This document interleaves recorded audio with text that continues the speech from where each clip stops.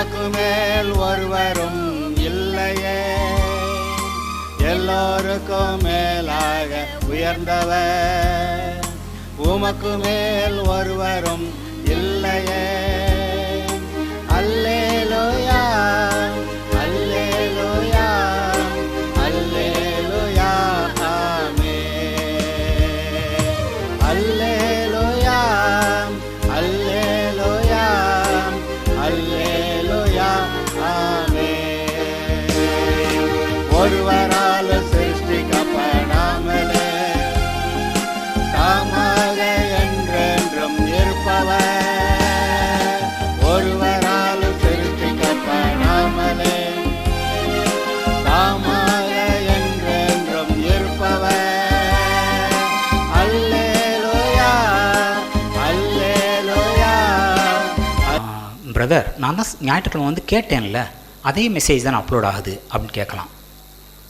நான் பாடம் படித்து காலேஜெல்லாம் முடித்து வேலைக்கு சேர்ந்த பிறகு ஒரு புக், நான் வேலை பார்க்குற இடத்துல ஒரு ஃப்ரெண்டு வச்சுருக்கான், ஹெட் ஃபஸ்ட் சீரீஸ், ஹெட் ஃபஸ்ட்னு ஒரு புக். அதை எடுத்து வாசிக்கிறேன். அது நாள் வரையும் பாட புத்தகம் இவ்வளவு ஒரு அழகாக நான் பார்த்ததில்லை. ஆனால் அதில் ஒரு விஷயம் தெளிவாக சொல்லியிருந்தாங்க. ஏதாவது ஒரு கான்செப்ட் எக்ஸ்பிளைன் பண்ணால் அது ஒரு முறை இல்லை, பல முறை பல வழிகளில் சொல்லியிருப்பாங்க. ஒரு சென்டென்ஸாக இருக்கும், ஒரு படமாக இருக்கும், ஒரு டேட்டாவாக இருக்கும், ஒரு டேபிளாக இருக்கும். இப்படி சொல்லக்கூடிய ஒரே விஷயத்தை பல மாதிரி ப்ரெசென்ட் பண்ணியிருப்பாங்க. ரீசன் என்னென்னா, நம்ம மூளை சிலதை ஆக்டிவாக ப்ராசஸ் பண்ணுது, சிலதை அனதர் போரிங் லெக்சர். இப்போது எத்தனை பேர் சினிமா பார்ப்பீங்கன்னு தெரியாது.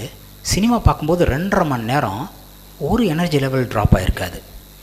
ஆனால் மெசேஜ் கேட்கும்போதோ இல்லை பாடம் காலேஜில் லெக்சரை பாடம் எடுக்கும் போதோ பைய கண் சொருகிட்டு வரும். ஏன் அப்படின்னா நம்ம மூளை சொல்லிடுது, அனதர் போரிங் லெக்சர்.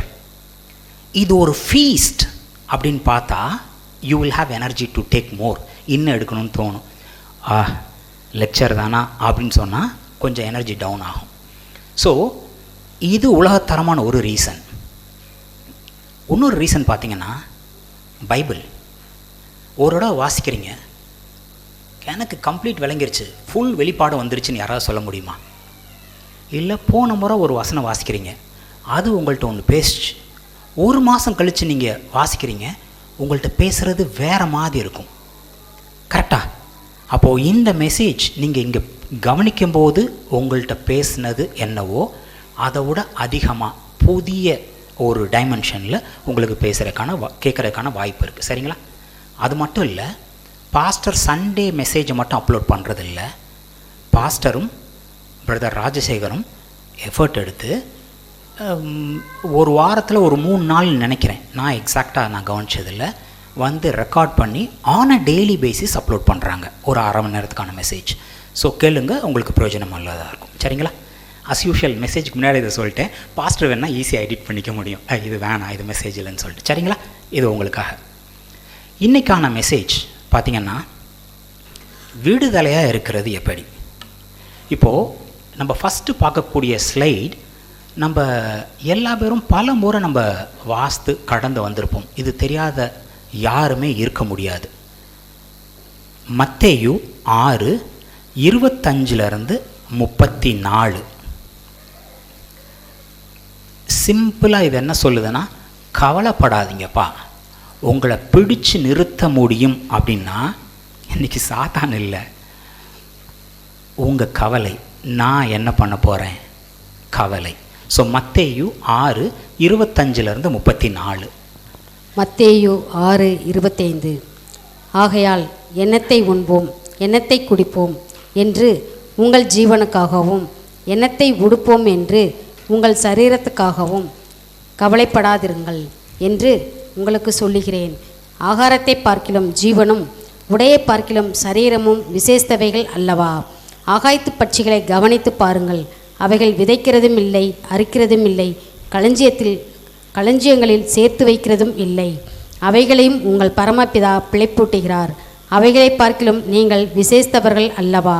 கவலைப்படுகிறதுனாலே உங்களில் எவன் தன் சரீர அளவோடு ஒரு முழத்தை கூட்டுவான்? உடைக்காகவும் நீங்கள் கவலைப்படுகிறது என்ன? காட்டு புஷ்பங்கள் எப்படி வளருகிறதென்று கவனித்து பாருங்கள். அவைகள் உழைக்கிறதும் இல்லை, நூற்கிறதும் இல்லை. என்றாலும் சாலமோன் முதலாய் தன் சர்வ மகிமையிலும் அவைகளில் ஒன்றைப் போலாகிலும் உடுத்தி இருந்ததில்லை என்று உங்களுக்கு சொல்லுகிறேன். அற்ப விசுவாசிகளே, இன்றைக்கு இருந்து நாளைக்கு அடுப்பிலே போடப்படும் காட்டு புல்லுக்கு தேவன் இவ்விதமாய் உடுத்துவித்தால் உங்களுக்கு உடுத்துவிப்பது அதிக நிச்சயம் அல்லவா? ஆகையால் எண்ணத்தை உண்போம், எண்ணத்தை குடிப்போம், எண்ணத்தை உடுப்போம் என்று கவலைப்படாதிருங்கள். இவைகளெல்லாம் அஞ்ஞானிகள் நாடி தேடுகிறார்கள். இவைகளெல்லாம் உங்களுக்கு வேண்டியவைகள் என்று உங்கள் பரமபிதா அறிந்திருக்கிறார். முதலாவது தேவனுடைய ராஜ்யத்தையும் அவருடைய நீதியையும் தேடுங்கள், அப்பொழுது இவைகளெல்லாம் உங்களுக்கு கூட கொடுக்கப்படும். ஆகையால் நாளைக்காக கவலைப்படாதிருங்கள். நாளைய தினம் தன்னுடையவைகளுக்காக கவலைப்படும். அந்தந்த நாளுக்கு அதின் பாடு போதும். இப்போ இதில் பார்த்தீங்கன்னா இதில் சில விஷயங்களை மட்டும் நான் ஹைலைட் பண்ணி காமிக்கணும்னு நினைக்கிறேன். ஆகாரத்தை பார்க்கிலும் ஜீவனும், உடையை பார்க்கிலும் சரீரமும் விசேஷித்தவைகள். இது தெரியாதா? நம்ம ஜீவன், லைஃப், சாப்பாடு, ஃபுட், ஜீவன் உணவோட பெருசு, நம்ம உடம்பு ட்ரெஸ்ஸோட பெருசு. இது தெரியாதாப்பா, இது என்னப்பா சொல்கிறதுக்கு விசேஷம் அப்படின்னு நான் கேட்டால், அவர் சொல்கிறாரு, ஒருத்தன் போயிட்டு டே என்னத்தனாலும் விற்று போடுறேன்டா, இந்த சோப்பு கூலை மட்டும் எனக்கு கொடு அப்படின்னு சொன்னான். அப்போ அவனுக்கு இந்த உண்மை தெரிஞ்சிருக்காதுன்னு நினைக்கிறீங்களா? புத்திர சுகாரத்தை, அது என்னடா, அதை நான் செத்து நான் அதை என்ன பண்ண போகிறேன், எடுத்துக்கோ, இந்த கூலை மட்டும் இப்போ கொடு. ஸோ சாப்பாடாக அவன் மேலே பார்த்துருக்கான், தன்னுடைய ஜீவன் இல்லை தன்னுடைய உடம்பை பார்க்கலாம். இன்றைக்கும் இது ரொம்ப சாதாரண, நம்ம கடந்து போயிடலாம். ஆனால் உண்மை என்னென்னா, உங்களுக்கு இன்றைக்கி நம்ம நாசியில் ஜீவன் இருக்குது அப்படின்னா அதுக்கு முதல் முக்கிய காரணம் அவர். நம்மளுக்கு ஜீவனை கொடுத்த அவர், நம்மளுக்கு ஹெல்தியான பாடியை கொடுத்த அவர் சாப்பாடு கொடுக்க மாட்டாரா? ட்ரெஸ் கொடுக்க மாட்டாரா? ஸோ இவ்வளோ பெரிய காரியம் செஞ்சவர் ஒரு சின்ன காரியம் செய்ய மாட்டாரா? இது சிம்பிளாக விளங்கியவர்னு இல்லை, அதுக்காக தான் நான் சொன்னேன், எதை நாள் எடுத்துக்க, அந்த சாப்பாடை மட்டும் கொடு, அந்த மாதிரி நம்ம வீழ்ந்து போயிடக்கூடாது. தெரியும், அதை எடுத்து பயன்படுத்தணும், ஆக்டிவாக யோசித்து பார்க்கணும். சரிங்களா? அடுத்து பார்த்திங்கன்னா, ஒரு வானத்து பறவைகளை பாருங்கள். அவங்க ஒன்றுமே பண்ணுறதில்ல, சும்மா சாப்பிட்டு போதுக. நீங்கள் அதுகளை காட்டிலும் விசேஷத்தவர் அல்லவா? இப்போது இது நம்மளுக்கு பார்த்தோன்னு தெரியும், இயேசு கிறிஸ்து மனுஷர்களுக்காக, உங்களுக்காக எனக்காக மட்டும்தான் இறங்கி வந்தார். அப்போ நம்ம ரொம்ப விசேஷத்தவங்க. ஆனால் அவர் யாரை கூட கவனிக்கிறாராம்? மத்தேயுவில் பார்த்தீங்கன்னா 2 குருவி 1 காசுக்கு கிடைக்குதான். நீங்கள் மத்தேயு வாஸ்து பார்த்தீங்கன்னா, லூக்கா வாஸ்து பார்த்தீங்கன்னா 5 சின்ன பறவைகள் 2 காசுக்கு கிடைக்குதான். இப்போ மத்தேயும் லூக்லேயும் ஏதாவது அது எப்படி கணக்குப்படி பார்த்தா 2 குருவி 1 ரூபானா 2 ரூபாய்க்கு 4 குருவி தானே கிடைக்கணும். இது என்னென்னா போனஸ், 4 வாங்குறியா 1 ஃப்ரீயாக எடுத்துக்கோ. அப்போது அந்த சின்ன குருவிகளோட மதிப்பு ஒன்றுமே இல்லை. அந்த ஒரு மதிப்பும் இல்லாத அந்த குருவிகளையே அப்படி கண்ணும் கருத்துமாக பார்த்துக்கிறார். அப்படின்னா உங்களுக்காகவும் எனக்காகவும் இறங்கி வந்தவர், உங்களுடைய என்னுடைய சகலத்தையும் சுமந்து தீர்த்தவர், இன்றைக்கி நம்மளுக்கு தேவைகளை பூர்த்தி செய்ய மாட்டாரா? நம்ம கவலைப்பட்டு தான் நம்ம எதாவது சாதிக்க போகிறோமா? அப்படி யாருக்காவது தோணுச்சுன்னா சொல்லுங்கள், இன்னும் ஒரு 4 பேர்த்த கூட்டு சேர்த்து கவலைப்படலாம். கவலைப்படுறதுனால ஒன்றுமே பண்ண முடியாது. இது இன்னும் பண்ண முடியாதுங்கிறத விட it goes in the reverse direction. உங்களுக்கு நீங்களே கஷ்டத்தை கொடுத்துக்க முடியும், உட்காந்து அழுது புலம்பி கஷ்டப்பட்டு. தேவையில்லாதது. சரிங்களா? அடுத்து இந்த வசனம் வாசிக்கும்போது தமிழில் எந்த அளவுக்கு விளங்குச்சுன்னு தெரில. இது நான் ஆங்கிலத்திலையும் சொல்லிவிட்டு ஒரு விஷயம் சொல்ல பார்க்குறேன். இப்போது இன்றைக்கி இருக்கும் புல் நாளைக்கு அறுத்து நெருப்பில் போடப்படும். அதோட லைஃபே ரொம்ப ஷார்ட். ஆனால் அந்த ஒரு வரக்கூடிய மலர், அந்த லிலி, அந்த ஃப்ளவர் இருக்குல்ல, சாலமன் இன்றைக்கி பணக்கார லிஸ்ட் யாருன்னு பார்த்தீங்கன்னா வாரன் பஃபர்ட். ஒரு 10 டாப் 10 பார்த்தா நம்மால் கூட இந்தியாவிலேருந்து ஒரு ஆள் டாப் 10 போயிட்டு வந்தார். இவங்க யாருமே சாலமோன் அந்த காலத்தில் இருந்த அந்த க்ளோரி, அந்த மகிமையில் பார்த்தா அன்னையிலேருந்து ஒரு ஸ்டாண்டர்ட் இன்ட்ரெஸ்ட் போட்டு அந்த இருக்கிற ஐஸ்வர்யத்தெல்லாம் நீ கன்வெர்ட் பண்ணி பார்த்தா யாருமே சாலமோன் அளவுக்கு ஐஸ்வர்யவான் இன்னைக்கு வரைக்கும் கிடையாது. அன்னைக்கு அப்போவே அவர் அப்படி இருந்திருக்கார். ஆனால் அப்படிப்பட்ட சாலமன் இந்த ஒரு ஒரு சின்ன செடி புல்லிருந்து வரக்கூடிய ஒரு லில்லி மாதிரி அழகாக உடுத்தினது இல்லை. இது ஆங்கிலத்தில் பார்க்கும்போது Solomon in all his glory has not ட்ரெஸ்டுன்னு இல்லை, was not dressed as beautiful as the lily.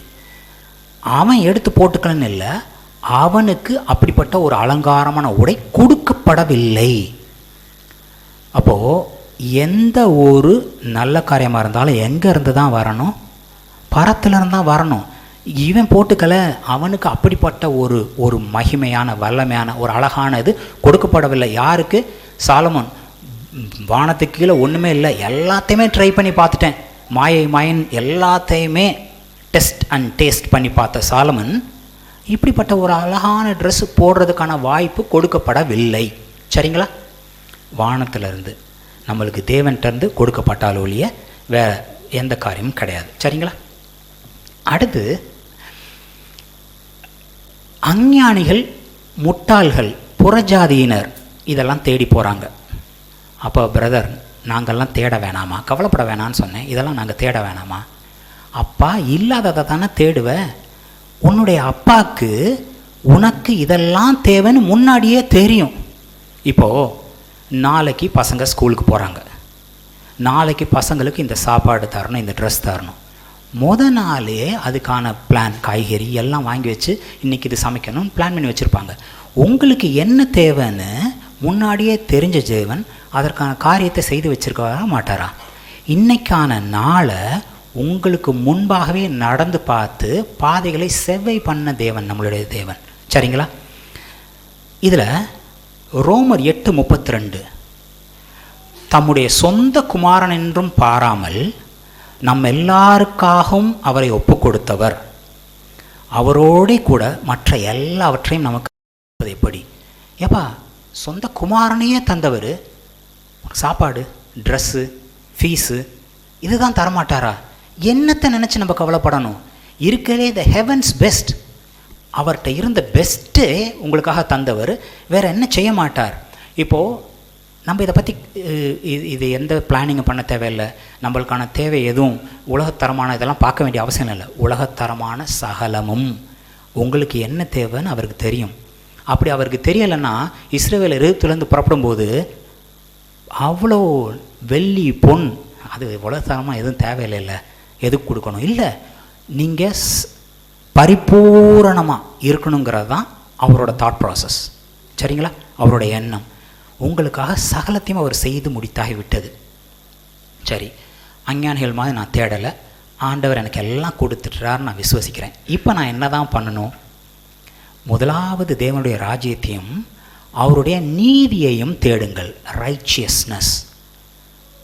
நான் தேவன் கூட ரைட்டாக இருக்கேனா அப்படி பார்க்குறதா அப்படின்னு பார்த்தீங்கன்னா, யோவான் 8:32 சத்தியத்தை அறிவீர்கள், சத்தியம் உங்களை விடுதலையாக்கும். இது அவர் யார்கிட்ட தெரியுமா சொல்கிறாரு? தன்னோட கூட இருக்க யூதர்கள்ட்ட. இந்த யூதர்கள் 5 வயசு இருக்கும் பொழுதே இந்த டோரா, மோசையோட முதல் 5 புத்தகம் டோரா அப்படின்னு சொல்கிறாங்க. இதை நம்ம மொழிபெயர்ப்பு பண்ணும்போது லா, கவர்னன்ட், ஏன்னா அதில் ஃபுல்லாக இன்ஸ்ட்ரக்ஷன்ஸ், இப்படி செய்யணும் இப்படி செய்யக்கூடாது அந்த மாதிரி தான் இருக்குது. இவங்களுக்கு எல்லாமே தெரியும். எந்த வயசுலேருந்து? 5 வயசுலேருந்து. அவங்களோட ப்ரேயர் ஷாலில் டசில்ஸ், சின்ன சின்ன முடிச்சுகள் இருக்கும். ஈவன் அவங்க அதை ஞாபகப்படுத்துறதுக்காக ஒன்று என்னன்னு கூட தெரியுமா? யூனிக்காக எண்ணி பார்த்தா 613 கட்டளைகள் கொடுக்கப்பட்டிருக்கிறதாம். யூனிக்காக. சிலதெல்லாம் ரிப்பீட்டடாக வரும், ஒரே இது 3 தடவை வரும், 2 தடவை வரும். யூனிக்காக பார்த்தீங்கன்னா எத்தனை வரும்?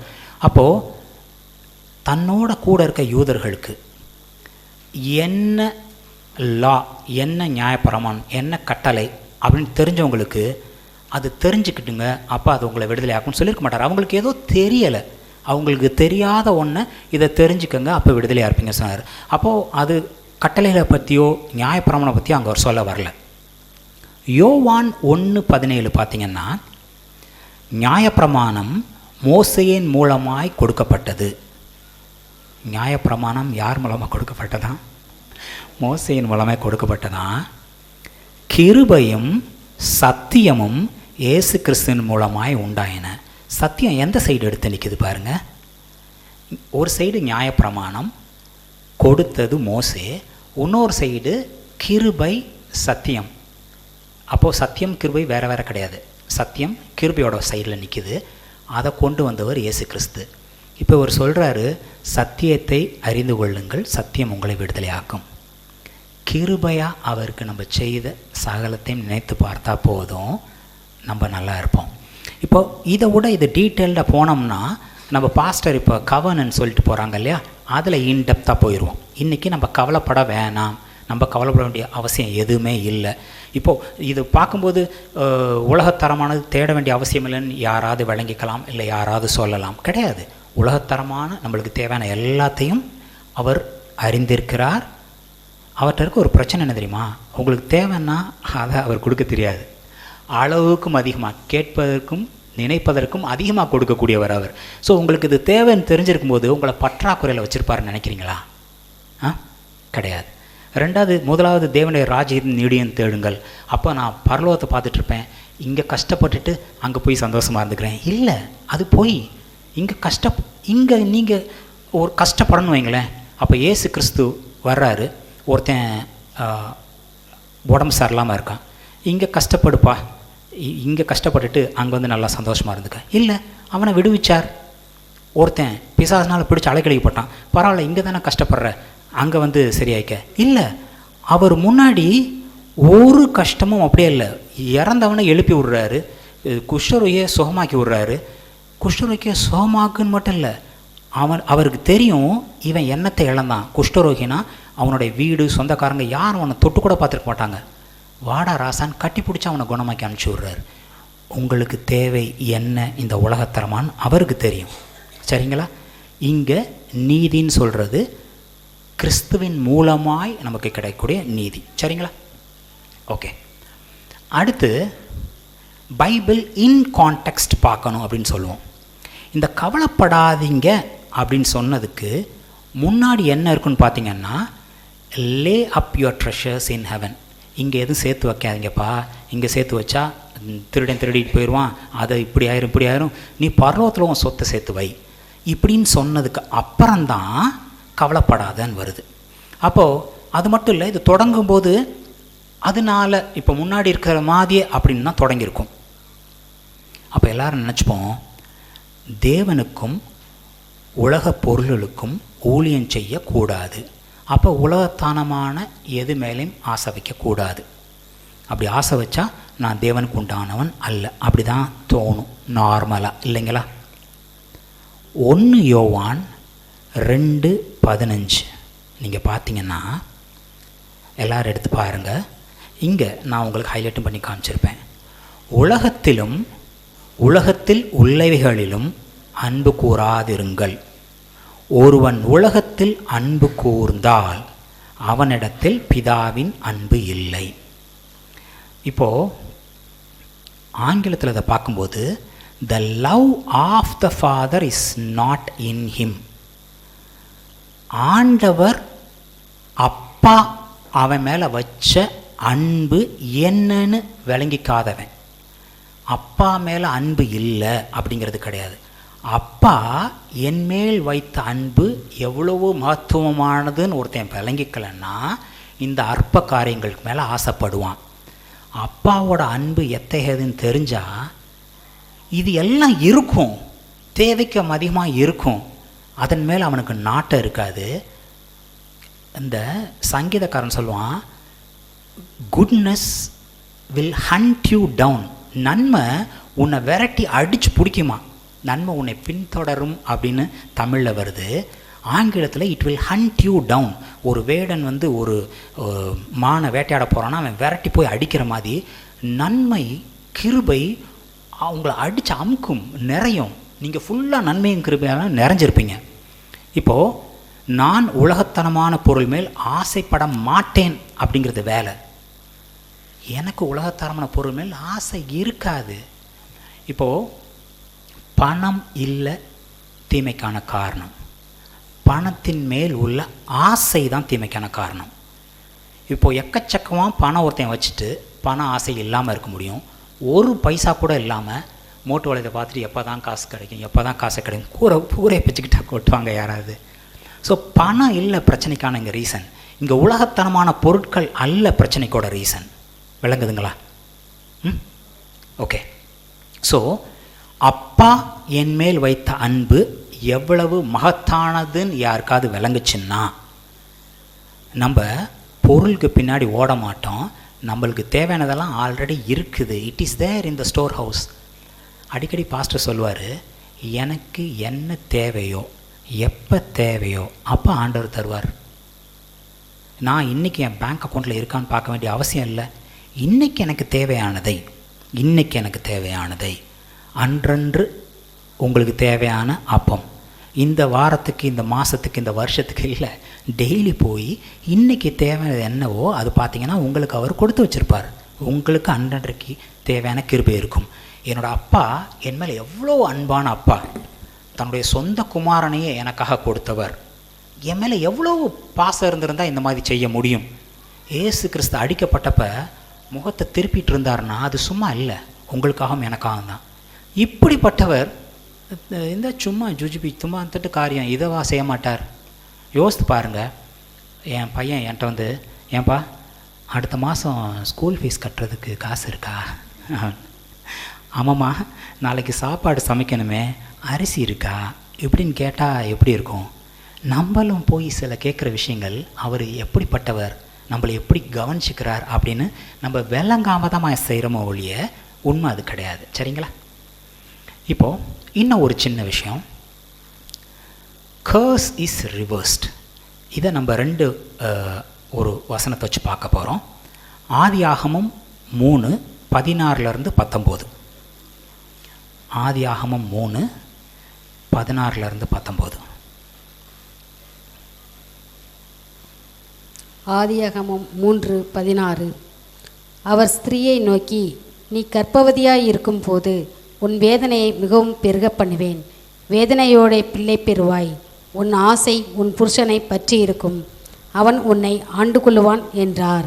பின்பு அவர் ஆதாமை நோக்கி, நீ உன் மனைவியின் வார்த்தைக்கு செவி கொடுத்து புசிக்க வேண்டாம் என்று நான் உனக்கு விலக்கின விருட்சத்தின் கனியை புசித்தபடியினாலே பூமி உன்னிமித்தம் சபிக்கப்பட்டிருக்கும், நீ உயிரோடு இருக்கும் நாளெல்லாம் வருத்தத்தோடே அதன் பலனை புசிப்பாய், அது உனக்கு முள்ளும் குறுக்கும் முளைப்பிக்கும், வெளியின் பயிர் வகைகளை புசிப்பாய், நீ பூமியிலிருந்து எடுக்கப்பட்டபடியால் நீ பூமிக்கு திரும்ப மட்டும் உன் முகத்தின் வேர்வையால் ஆகாரம் புசிப்பாய், நீ மண்ணாய் இருக்கிறாய், மண்ணுக்கு திரும்புவாய் என்றார்.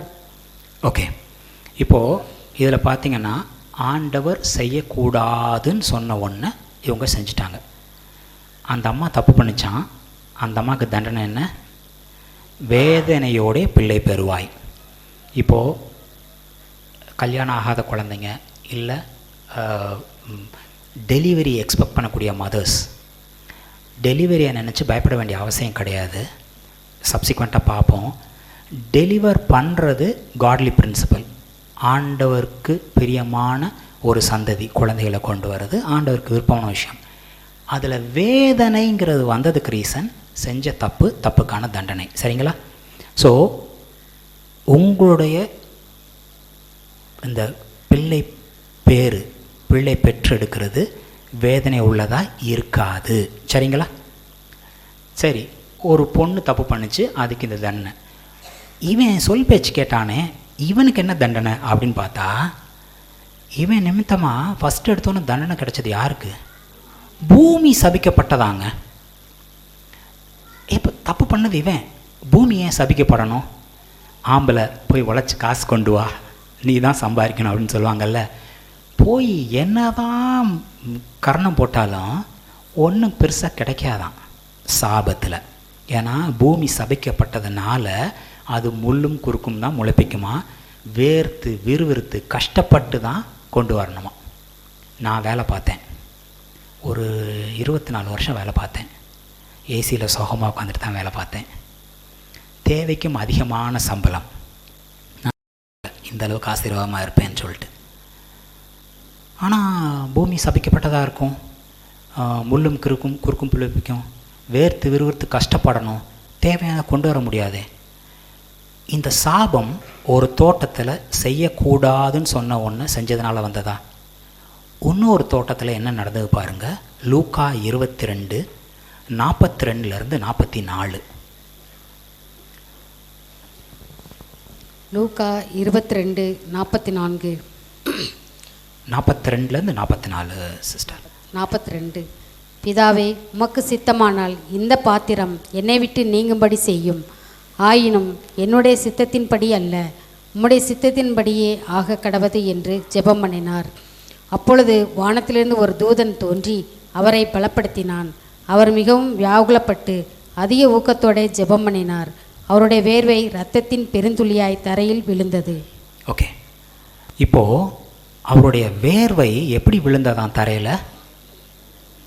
வேர்வை, தண்ணி, உப்பு எப்படி இரத்தத்தின் பெருந்துளியாய் தரையில் விழும் அப்படின்னா, எக்ஸ்ட்ரீம் ஸ்ட்ரெஸ், எக்ஸ்ட்ரீம் ப்ரெஷர், ரொம்ப கஷ்டப்படும் போது இந்த பிளட் கேப்பிலரிஸ் எல்லாம் வெடித்து அந்த வேர்வையோடு சேர்ந்த ரத்தமும் கலந்து விழுது. எதனால் இவர் இந்த எக்ஸ்ட்ரீம் ப்ரெஷர் டென்ஷன் போகிறார் அப்படின்னு பார்த்தீங்கன்னா, 1 யோவான் 3:5 பார்த்தீங்கன்னா, அவரிடத்தில் பாவம் இல்லை, அவர் பாவம் இல்லாமல் பிறந்தார், அவர்கிட்ட பாவம் இல்லை. சரிங்களா? 1 பேதுரு 2:22 பார்த்தீங்கன்னா, அவர் பாவம் செய்யவில்லை, அவர்கிட்ட பாவம் இல்லை. இப்போது நம்மளோட சின், இந்த உடம்பில் பாவம் செய்யக்கூடிய அந்த இது இருக்குதுன்னு சொல்கிறோம்ல, அவர்கிட்ட அப்படி இல்லை, அவர்கிட்ட பாவம் இல்லை, அவர் பாவம் செய்யலை. 2 கொரிந்தியர் 5:21 பார்த்தீங்கன்னா, பாவம் அறியாத அவரை, பாவம்னா என்னன்னே தெரியாது, அவர்கிட்ட பாவம் இல்லை, அவர் பாவம் செய்யலை, பாவம்னா என்னன்னே தெரியாது, இவர் பாவமாக்கப்பட்டார். எதனால்? நாம் அவருக்குள் தேவனுடைய நீதியாக எண்ணும்படியாக பாவம் அறியாத அவரை பாவமாக்கினார். இப்போ நான் பாவமாக போகிறேன், ஆண்டவர்கிட்டருந்து என்னோட ஐக்கியம் எடுபட போகுது. ஆண்டவரும் அவரும் என்ன கண்டவன் என் பிதாவை கண்டான், என் பிதா என்னில் இருக்கிறார், நான் என் பிதாவில் இருக்கிறேன்னு சொன்னவர், இந்த மாதிரி பாவமாக போகிறேன்னு சொன்ன எண்ணமே அவருக்கு extreme pressure, tension, blood capillaries வெடித்து வேர்வை ரத்தத்தோடு கலந்து அந்த ரத்தம் தரையில் படுது. யோசித்து பாருங்கள். ஒரு தடவை ஆண்டவர் சொல்லுவார், காயின் ஆபேல் ஒருத்தன் அடித்து கொண்டுருவான்ல, அந்த ரத்தம் என்னை நோக்கி கூப்பிடுது அப்படின்னு சொல்லுவார். இப்போ இந்த ரத்தம் உங்களுக்காக எனக்காக என்ன சொல்லணும்னு நினைக்கிறீங்க? ஆண்டவரே, இவங்களுக்கு சகலத்தையும் செய்யுங்க, இவங்க ரொம்ப நல்லவங்க, உங்களையும் என்னையும். எந்த பூமி சபிக்கப்பட்டதோ அந்த பூமி எப்போ இயேசு கிறிஸ்துவின் ரத்தம் பட்டதோ அன்னைக்கு இயேசு கிறிஸ்துவை ஆண்டவரும் இரட்சகரும் ஏற்றுக்கொண்ட உங்களுக்கும் எனக்கும் இந்த சாபம் இல்லை. இப்போது நீங்களும் நானும் வேர்வை சிந்தி கஷ்டப்பட்டு உழைக்க வேண்டிய அவசியம் இல்லை. போய் சந்தோஷமாக சமாதானமாக வேலை பார்த்துட்டு வரணும், கேட்கறதுக்கும் அதிகமாக நம்மளுக்கு கொடுக்கப்படும், நிறைவான வாழ்க்கை வாழலாம், சந்தோஷமாக குழந்தைய டெலிவர் பண்ணலாம், கஷ்டமே கிடையாது. இந்த பர்சனல் கதையை சொன்னால் பாஸ்டர் கட் பண்ணுறாலையோ மேடம் உட்காந்து சென்சார் பண்ணுவாங்க கஷ்டப்பட்டு. அதனால் நான் எனக்கு தெரிஞ்ச ஒரு சகோதரன் சகோதரி கதை சொல்கிறேன், சரிங்களா? எனக்கு தெரிஞ்ச ஒரு கிறிஸ்துவுக்குள்ளான சகோதரன், அவங்க மனைவி ஷி வாஸ் கேரியிங் குழந்தை. இந்த காலத்தில், அப்போ அந்த காலத்தில்னா வீட்டில் டெலிவரி பண்ணுவாங்க இல்லைங்களா? அப்போது மருத்துவச்சி வரணும், இல்லை வராமல் போகலாம். இப்போது ஹாஸ்பிட்டல்னு ஒன்று இருக்குது. எப்போ நம்ம குழந்தை உண்டாயிருச்சுன்னு நினைக்கிறோமோ அப்போலேருந்தே செக்கப்புக்கு போவோம். டெலிவரி ஆக போகுதுன்னா ஹாஸ்பிட்டலில் போய் தான் பார்ப்போம். ஒரு டாக்டருக்கு 10 டாக்டர் இருக்க போகிறாங்க.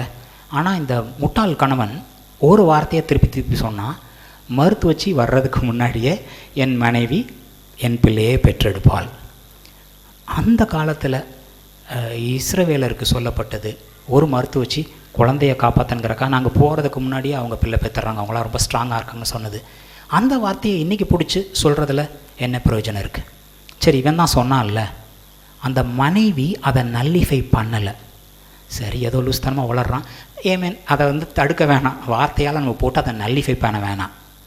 இப்படியே ஒரு 6 மாதம் 8 மாதம் ஓடுது. இந்த மனைவியானவர் டெலிவரி பண்ணுற டைம் போகிறாங்க ஹாஸ்பிட்டலுக்கு. டாக்டர் சொல்கிறாங்க, இன்னும் கொஞ்சம் டைம் இருக்குது, நீங்கள் வெயிட் பண்ணுங்கள், நான் டீ சாப்பிட்டு வர்றேன் அப்படின்னு சொல்லி டாக்டர் ஒரு 1/2 மணி நேரம் டீ சாப்பிட போயிட்டு வராங்க. அந்த 1/2 மணி நேரத்துக்குள்ளே அந்த ஒய்ஃப் டெலிவர்டு. ஜஸ்ட்டு போகிறாங்க, என்னமோ கடையில் போய் பார்சல் வாங்கிட்டு வர மாதிரி போய் குழந்தைய டெலிவரி பண்ணிட்டு வீட்டுக்கு திரும்பி வந்துட்டாங்க. இன்றைக்கி யாரும் வந்து இந்த டெலிவரி ரொம்ப கஷ்டம், வேலை பார்க்குறது ரொம்ப கஷ்டம், இது சாபம் அப்படின்னு பார்க்க வேண்டிய அவசியம் இல்லை. உலகத்தாருக்கு அது எஸ், உங்களுக்கும் எனக்கும் சாபம் ரிவர்ஸ்ட் அவுட் இல்லைங்களா? அப்படி இல்லைன்னா இவ்வளோ கஷ்டப்பட்டு அவர் வேர்வை ரத்தமாக சிந்துறதுக்கு அவசியம் இல்லை. பாவம்னா பாவத்தில் பிறக்கலை, அவர்கிட்ட பாவம் இல்லை, அவர் பாவம் செய்யலை. பாவம்னா என்னன்னே அவருக்கு தெரியாது. இன்றைக்கி அவர் எப்படி பாவமானாருங்கிறீங்க? இயேசு எப்படி பாவமானார்? நம்முடைய பாவங்களை அவர் ஏற்றுக்கொண்டார். சிம்பிள். நம்ம எப்படி பரிசுத்தமாக இருக்கோம்? அவருடைய நீதியை நம்ம ஏற்றுக்கொள்கிறோம். நான் செய்யணுங்கிறது கிடையவே கிடையாது. அவர் எப்படி பாவமானாரோ அதே மாதிரி நான் இன்னைக்கு நீதிமானாக இருக்கிறேன். as simple as that. curse is reversed. ஏன் பிரதர் கவலைப்பட வேணாங்கிறதுக்கு இந்த curse reverse என்ன சம்மந்தம்? இது தெரிஞ்சால் நம்ம கவலைப்பட வேண்டிய அவசியம் இருக்குதா?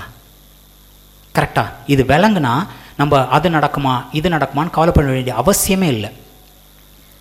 1 பேதுரு 5:5-8 இது ரொம்ப முக்கியமான விஷயம். இதை கூட நான் போன வாரம் நான் சொன்னேன். ஒரு வசனம் வாசிக்கும்போது அது ஒரு முறை என்ன பேசிச்சோ அதையெல்லாம் அடுத்த முறைக்கு. போன வாரமும் என்னமோ தான் நான் இதை பேசியிருப்பேன். எதிராளியான பிசாசானவன் கர்ஜிக்கிற சிங்கம் போல் வருகிறான் அப்படின்னு சொல்லிட்டு.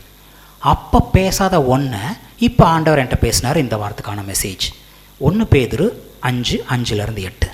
1 பேதுரு 5:5. அந்தப்படி இளைஞரே, மூப்பருக்கு கீழ்ப்படியுங்கள். நீங்கள் எல்லாரும் ஒருவருக்கொருவர் கீழ்ப்படிந்து மனத்தாழ்மையை அணிந்து கொள்ளுங்கள். பெருமையுள்ளவர்களுக்கு தேவன் எதிர்த்து நிற்கிறார், தாழ்மையுள்ளவர்களுக்கோ கிருபை அளிக்கிறார். ஆகையால் ஏற்ற காலத்திலே தேவன் உங்களை உயர்த்தும்படிக்கு அவருடைய பலத்த கையுக்குள் அடங்கியிருங்கள். அவர் உங்களை விசாரிக்கிறவரானபடியால் உங்கள் கவலைகளை எல்லாம் அவர் மேல் வைத்து விடுங்கள். தெளிந்த புத்தியுள்ளவர்களாய் இருங்கள், விழித்திருங்கள். ஏனெனில் உங்கள் எதிராளியாகிய பிசாசானவன் கெர்ச்சிக்கிற சிங்கம் போல் எவனை விழுங்கலாமோ வென்று வகை தேடி சுற்றி திரிகிறான். ஓகே, இப்போது மனத்தாழ்மைன்னா நம்ம என்ன நினைப்போம் அப்படின்னா, அந்த பாஸ்டர் பாருங்கள் விலையமாக இருக்கார், ஸ்டேஜில் ஏறும்போது கூட பாருங்கள் இப்படி கூனி குறுகி தான் போவார். அப்போ நம்மளாம் ஒரு தாட் ப்ராசஸ், மனத்தாழ்மை ஒருத்தவங்க கை கீழே அடங்கியிருக்கிறது அப்படின்னா நம்மளாம் யோசித்திருப்போம். இங்கே மனத்தாழ்மை ஒருத்தருடைய கைக்கு கீழே அடங்கியிருக்க என்னென்னா, நீங்கள் சொன்னால் அது கரெக்டாக தான் இருக்கும், நீங்கள் பார்த்துக்கங்க அப்படின்னு ஒருத்தர்கிட்ட நம்பி சொன்னோம்னா என்ன அர்த்தம்னா, அவங்க கவர்னன்ஸில் நம்ம ஓகேன்னு இருக்கணும் அர்த்தம். நீ என்ன சொல்கிறது, நான் என்ன கேட்குறது, நான் பார்த்துக்கிறேன் அப்படிங்கிறது மேட்டிமை. இங்கே மனத்தாழ்மை அவருடைய பலத்தை கை கீழே எப்படி அடங்கியிருக்கிறதா, நம்மளோட கவலைகளை எல்லாம் அவர் மேல் வைத்து விடுறது. அவர் என்னை பார்த்துப்பார், நான் கவலைப்பட்டு என்ன ஆக போகுது, அவர் என்னை விசாரிக்கிறவர், அவர் எனக்கு சகலம் செய்கிறவர், அவர் என்னை பார்த்துப்பார். அவர் மேலே நம்மளுடைய கவலைகள்லாம் வைத்துட்டோம்னா என்ன அர்த்தம், நான் மேட்டிமையானவன் கிடையாது, நான் பார்த்துக்கிறேன், என்னால் முடியும், நான் பார்த்துக்கிறேன் அப்படின்னு அவர் கைக்கு அடங்காமல் நம்மளாக தனித்து நிற்கிற மாதிரி அர்த்தம். சரிங்களா? அப்போது மனத்தாழ்மையினும் அடங்கி போகிறது என்னென்னா, ஆண்டவர் என் பட்சத்தில் இருக்கார், அவர் பார்த்துப்பார். என் கை, இந்த சின்ன கையை வச்சு நான் என்ன பண்ண முடியும், அவருடைய பலத்தக்காரங்களுக்கு கீழே நான் அடங்கியிருக்கிறேன் அப்படின்னு போகிறது.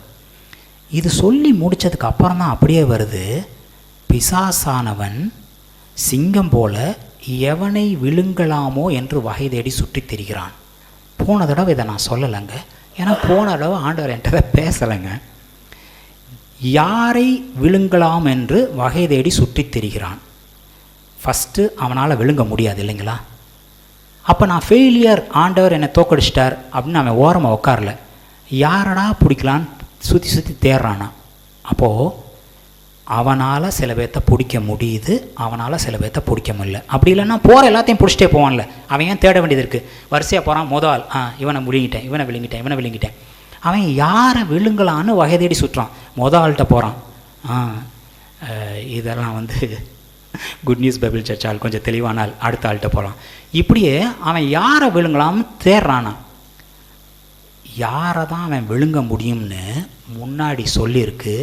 யார் யார் அவருடைய கவலையெல்லாம் அவர் மேல் சுமத்தவில்லையோ, யார் யார் எல்லாம் நான் பார்த்துக்கிறேன் அப்படின்னு நிற்கிறானோ அவன்லாம் ஈஸி ப்ரே.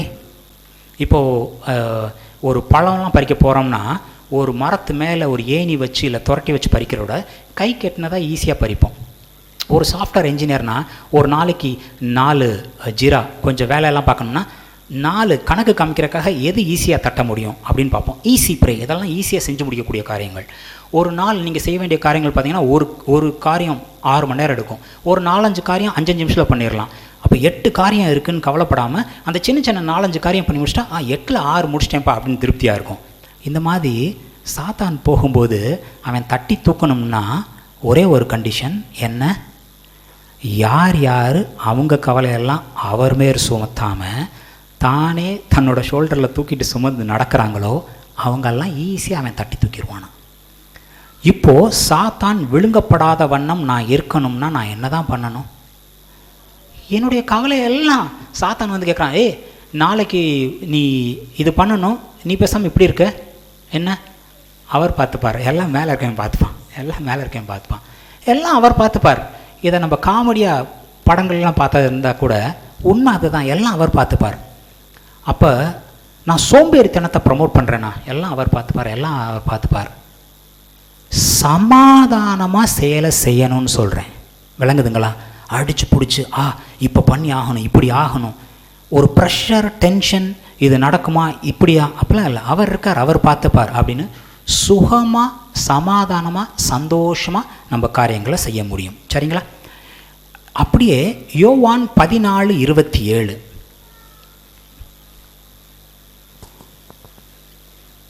யோவான் 14:27 சமாதானத்தை உங்களுக்கு வைத்து போகிறேன், என்னுடைய சமாதானத்தை உங்களுக்கு கொடுக்கிறேன். உலகம் கொடுக்கிற பிரகாரம் நான் உங்களுக்கு கொடுக்கிறதில்லை. உங்கள் இருதயம் கலங்காமலும் பயப்படாமலும் இருப்பதாக. ஓகே, இங்கே பாருங்கள், 2 ஸ்டேட்மெண்ட். சமாதானத்தை கொடுத்துட்டு போகிறார், நீங்கள் நானும் கவலைப்பட தேவையில்லை, சமாதானத்தை கொடுத்துட்டு போகிறார். அப்போ அவரோட சமாதானம் தான் எனக்கு இருக்குல்ல, அந்த சமாதானத்தை நான் குலைச்சி போட முடியுமா? அவர் தான் கொடுத்துட்டார், குலைச்சி போட முடியுமான்னா அப்படியே அதோடு சேர்த்து அவர் ஒரு இன்ஸ்ட்ரக்ஷன் கொடுக்குறாரு, உங்கள் இருதயம் கலங்காமலும் பயப்படாமலும் இருப்பதாக. அவரோட சமாதானத்தை நம்ம காத்து கொள்ளணும், பரிபூர்ண சமாதானத்தை நம்மளுக்குள்ளே வச்சுக்கணும். அப்படின்னா நம்மளோட இருதயம் என்ன பண்ணணும்? கலங்காமலும் பயப்படாமலும் இருக்கணும். நம்ம இருதயம் எப்போ கலங்குதோ எப்போ பயப்படுதோ அப்போ அவர் நம்மளுக்கு கொடுத்த சமாதானத்தை நம்ம தொலைத்து விடுகிறோம்னு அர்த்தம். சிம்பிள். சரிங்களா? எதை பற்றியும் கவலைப்பட வேண்டிய அவசியம் இல்லை. அவர் என் சமாதானத்தையும் உனக்கு கொடுத்துட்டு போகிறேன்டா, உனக்காக எல்லாம் நான் பார்த்துக்கிறேன்டா, தேற்றவாள் நான் அனுப்புகிறேன், எல்லாம் செஞ்சு முடிச்சிட்டேன். இருந்தாலும் நம்ம தேடி பிடிச்சி எதையாவது கவலைப்படுறதா? இருக்கிற கவலைகள் எல்லாம் அவர் மேலே சுமத்திட்டு நம்ம சந்தோஷமாக இருக்க முடியும். சரிங்களா? இன்னும் ஒரு காரியம், அப்படி இருக்க முடியுமா பிரதர்? என்னைக்கு நான் கோவப்படாதன்னு ஒரு 10 காரியம் நடக்குது, கோவப்படாதரா தம்பி, கோவப்படாதரா தம்பி, கோவப்படாதரான்னு கோவப்படாமல் இருக்கேன். 9 காரியத்தில் நான் கஷ்டப்பட்டு அடக்கிட்டேன். 10வது காரியத்தில் நான் வெடிக்கும் போது வெடித்து எரிமலையாக மாறுறேன்.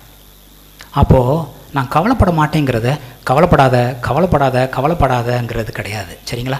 அப்போ என்ன செஞ்சு கவலைப்படாமல் இருக்க முடியும்? உண்மையாகவே கவலைப்படாமல் இருக்கிறது பாசிபிளா அப்படின்னு பார்த்தீங்கன்னா லூக்கா 10:38-42. லூக்கா 10:38. பின்பு அவர்கள் பிரயாணமாய் போகையில் அவர் ஒரு கிராமத்தில் பிரவேசித்தார். அங்கே மார்த்தாள் என்னும் பேர் கொண்ட ஒரு ஸ்திரீ அவரை தன் வீட்டிலே ஏற்றுக்கொண்டாள். அவளுக்கு மரியாள் என்னப்பட்ட ஒரு சகோதரி இருந்தாள். அவள் இயேசுவின் பாதத்தருகே உட்கார்ந்து அவருடைய வசனத்தை கேட்டுக்கொண்டிருந்தாள். மார்த்தாளோ பற்பல வேலைகளை செய்வதில் மிகவும் வருத்தமடைந்து அவரிடத்தில் வந்து, ஆண்டவரே, நான் தனியே வேலை செய்யும்படி என் சகோதரி என்னை விட்டு வந்திருக்கிறதை குறித்து உமக்கு கவலை இல்லையா? எனக்கு உதவி செய்யும்படி அவளுக்கு சொல்லும் என்றாள்.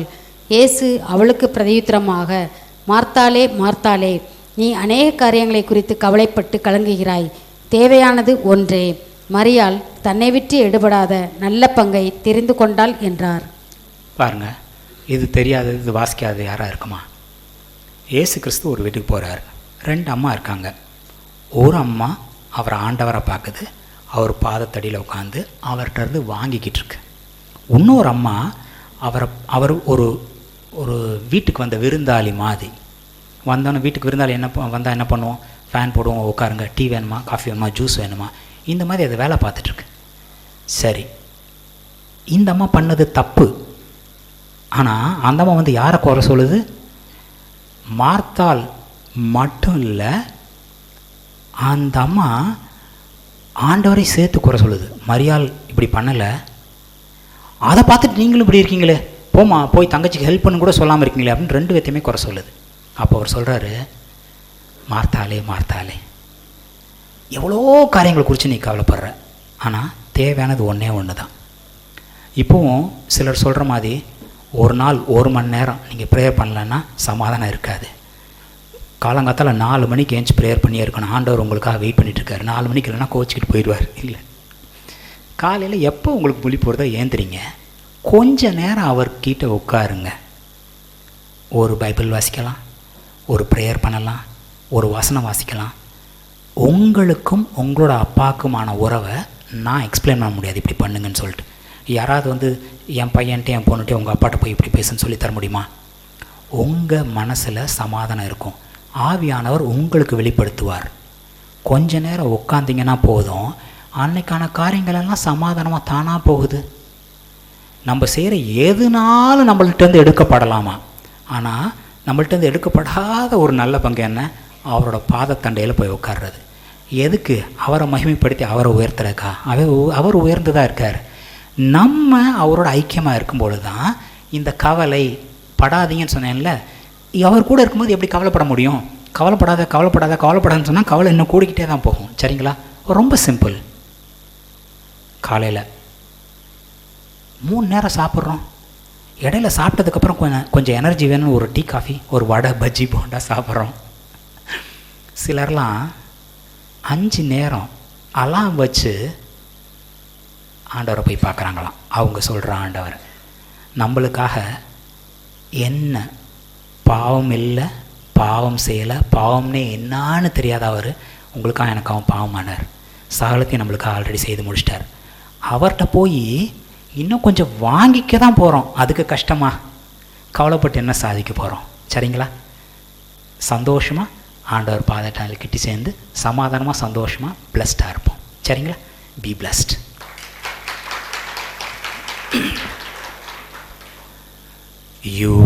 சந்தோஷமாக இருக்கீங்க.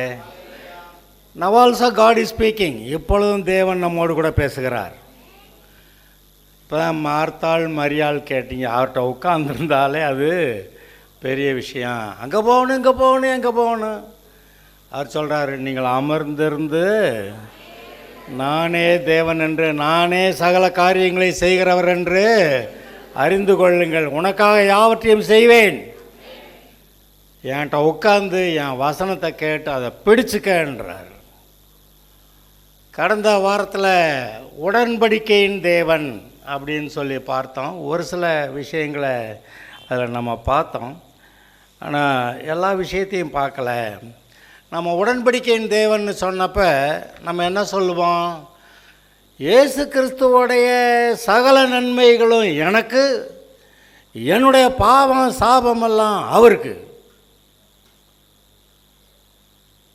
அதுதானே இயேசு சிலுவையில் நமக்காக செய்து முடித்தது.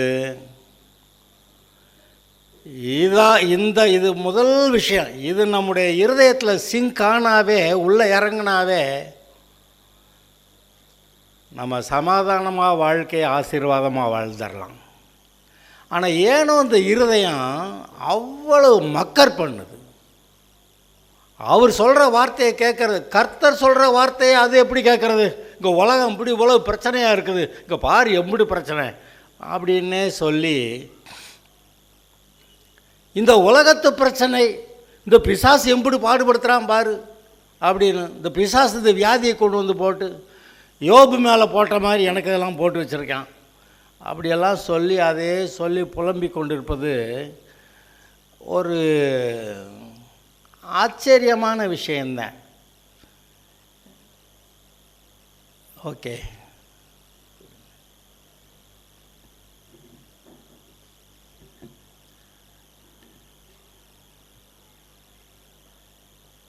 ஆச்சரியமான விஷயந்தான்.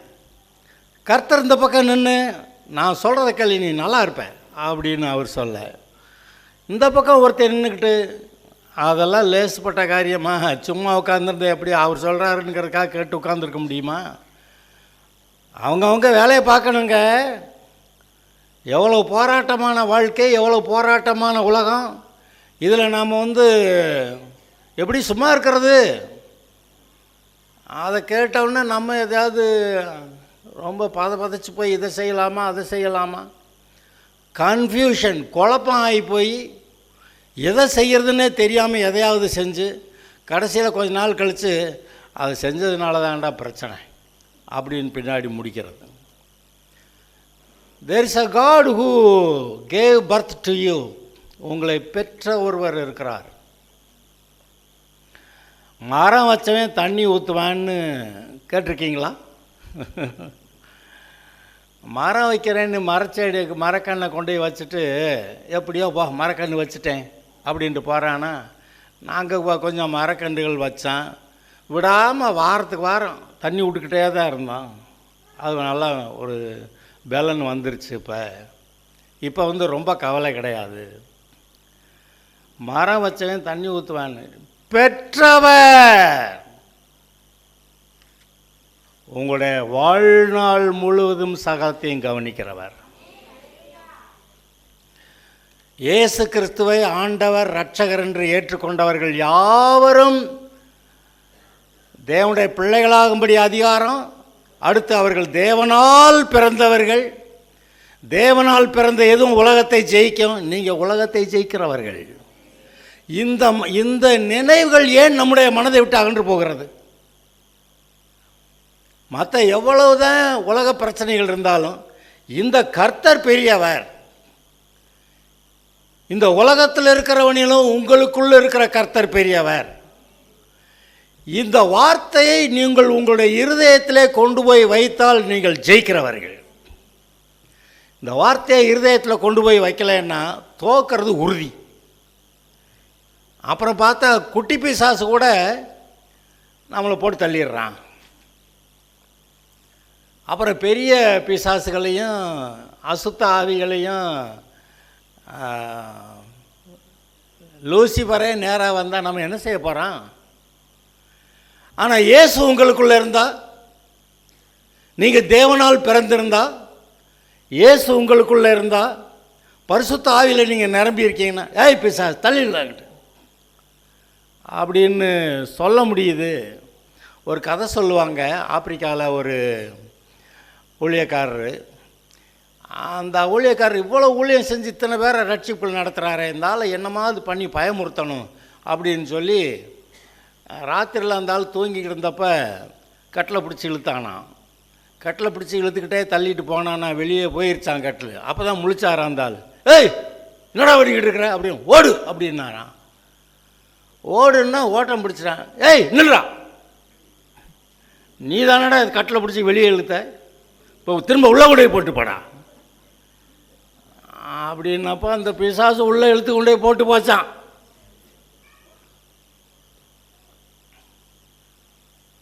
பிசாசு ஒன்றும் ரொம்ப ஆட்டம் போட முடியாதுங்க. நாம் கர்த்தருடைய அன்பிலே, கர்த்தருடைய பிரசன்னத்திலே, கர்த்தருடைய பாதுகாப்பில் இருக்கும்போது ஒன்றும் செய்ய முடியாது. அப்புறம் ஒரு பாட்டி கதை சொல்லுவாங்க. ஆண்டவரே ஸ்தோத்திரம் ஸ்தோத்திரம், நீ எனக்கு இதுக்கா கொடுத்ததுக்கா நன்றி, அது கொடுத்ததுக்கா நன்றின்னு சொல்லிக்கிட்டு இருந்த பாட்டி திடீர்னு எனக்கு பிரியாணி வேணும் ஆண்டவரேன்னு கேட்டுச்சான். இந்த பக்கத்து வீட்டுக்காரன் இந்த லேடி மேலே ரொம்ப ஆத்திரம். சும்மா ஏசுனாரு அல்லேலுயா இதே போட்டு தந்துக்கிட்டு இருக்க. அந்த அவனை நினச்சிருக்கேன் இந்த பாட்டிக்கு நல்ல பாடம் புகட்டணும் அப்படின்னு நினச்சி இந்த லேடி பிரியாணி கேட்டு பிடிச்சா அது நம்ம செய்யலாம்னு சொல்லிட்டு போய் பிரியாணி வாங்கி கொண்டு வந்து அதுக்கு ஜெபம் பண்ணி அது ஜெபம் பண்ணிக்கிட்டு இருக்கு. கண்ணை இறுக்கி மூடி ஜெபம் பண்ணிக்கிட்டு இருக்குது. கொண்டு போய் பிரியாணி வச்சோடனே வாசனை வந்துருச்சு. ஆனாலும் ஜெபத்தை முடித்து ஸ்தோத்திரம்னு சொல்லிட்டு அல்லேலூயா அப்படின்ட்டு வலித்து பார்த்தா அங்கே பிரியாணி இருக்குது. கர்த்தாவே ஸ்தோத்திரம், நீர் கொடுத்த பிரியாணிக்காக உமக்கு நன்றி அப்படின்னுச்சான். அப்போ தான் வெளியே வந்தானா. வந்து பாட்டி கர்த்தரா பிரியாணி கொடுத்தாருன்னு நினைக்கிறேன், நான்லாம் வாங்கி கொண்டு வந்து வச்சேன் உனக்கு அப்படின்னு சொன்னோடனே அந்த பாட்டிக்கு கோவம் வந்துச்சா. படா, கர்த்தர் நினச்சா பிசாசை வச்சு கூட எனக்கு பிரியாணி கொடுப்பாருடா அப்படின்னு சொல்லி பிடிச்சான். எழுத்த வீட்டுக்காரங்க பக்கத்து என்ன ஒன்றும் செய்ய முடியாது.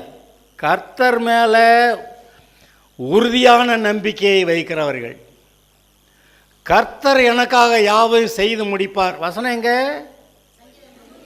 138 கடைசி. சரி, கர்த்தர் எனக்காக யாவையும் செய்து முடிப்பார் அப்படிங்கிற இந்த நம்பிக்கை உங்களுடைய இருதயத்தில் இருக்குமானால் கவலை இருக்காது. கவலை இருந்தால் விசுவாசம் இல்லை, விசுவாசம் இருந்தால் கவலை இல்லை. அவர் அதான் சொல்கிறாரு, நீங்கள் கவலைப்படுகிற எவன் தன்னுடைய சரீரத்தை ஒரு முழம் கூட்ட முடியும் அப்படி கேட்டு கவலையே படாது என்றார். உனக்கு என்னெல்லாம் தேவையோ அதெல்லாம் அவருக்கு ஏற்கனவே தெரியும். கவலைப்படுகிறவர்கள் இந்த உலகத்தார் தான் கவலைப்படுகிறார்கள்னு சொல்கிறார். நம்ம அந்த ஒரு வசனம் ஒரு வரியை மட்டும் பார்க்கலாம். மத்தேயு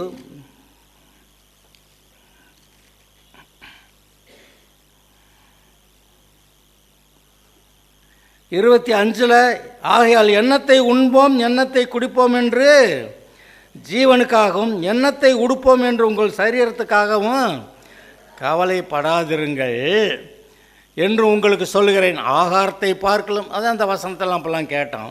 இப்போ நம்ம இங்கே போகலாம்.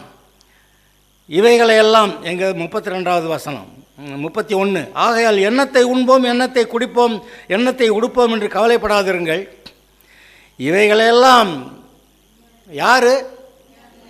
அஞ்ஞானிகள் தான். யார் அஞ்ஞானி? தேவனை உடையவன் ஞானி. அவரே நமக்கு ஞானமும் நீதியும் பரிசுத்தமும் மீட்புமானார். அவர் தாங்க நமக்கு ஞானம். இந்த ஞானம் இல்லாதவங்க யார்? தேவனை அறியாதவர்கள். அவர்கள் ஞானமே இல்லை. தேவனற்றவர்கள், துன்மார்க்கர், அப்படியெல்லாம் அவங்கள பற்றி சொல்லியிருக்கு. இந்த அஞ்ஞானிகள் இவைகள் எல்லாவற்றையும், அந்த உணவு உடை, இதை ரொம்ப தேடுறாங்களாம். இவைகளெல்லாம் உங்களுக்கு வேண்டியவைகள் என்று உங்கள் பரமபிதா அறிந்திருக்கிறார். இதெல்லாம் உனக்கு வேணும்னு அதுக்கு முதல்ல தெரியுமா அவருக்கு? முதலாவது அவருடைய ராஜ்யத்தை அவருடைய நீதியையும் தேடுங்கள், அப்பொழுது இவைகளெல்லாம் உங்களுக்கு கூட கொடுக்கப்படும்.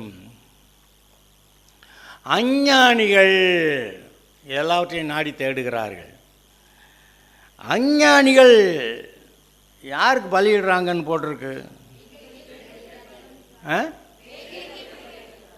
அஞ்ஞானிகள் பலியிடுகிறதை பேய்களுக்கே. வசனம் எங்கே இருக்கு?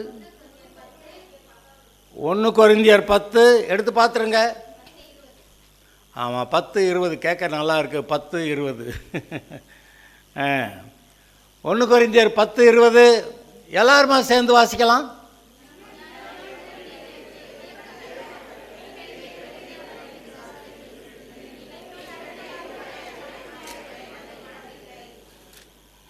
அஞ்ஞா 1 கொரிந்தியர் 10:20 அஞ்ஞானிகள், தேவனற்றவர்கள், ரட்சிக்கப்படாதவர்கள், துன்மார்க்கர், தேவனற்றவர்கள், இப்படியெல்லாம் பல வார்த்தைகள் போட்டிருக்கு. அஞ்ஞானிகள், அவங்ககிட்ட ஞானமே இல்லை. அஞ்ஞானிகள் பலியிடுகிறவைகளை சுற்றி பாருங்க. உலகத்தில் உங்களை சுற்றி பாருங்கள், எவ்வளோ பேர் என்னவோ பலியிடுகிறார்கள்.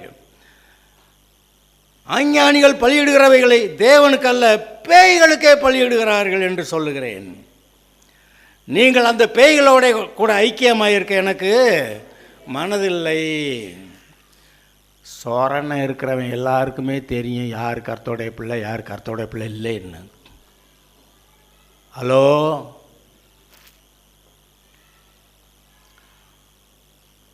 தேவனாகிய கர்த்தர் வானத்தையும் பூமியும் உண்டாக்கினவர் சொன்னார், நமது சாயலிலே நமது ரூபத்திலே மனுஷனை உண்டாக்குவோமாகன்னு. இன்றைக்கு நீங்கள் அவருடைய சாயல் ரூபத்தில் தான் இருக்கிறீங்க. நான் போக போக எனக்கு கொஞ்சம் தைரியம் வருது, மனுஷன் மாதிரி தான் கர்த்தர் இருக்கிறாருன்னு சொல்கிறதுக்கு. ஏன்னா எசேக்கியேல் தீர்க்கதரிசி புஸ்தகத்தில் ஒரு பெரிய ஒரு அது என்ன சொல்லியிருக்கிறதுல, எசேக்கியேல் முதல் அதிகாரம்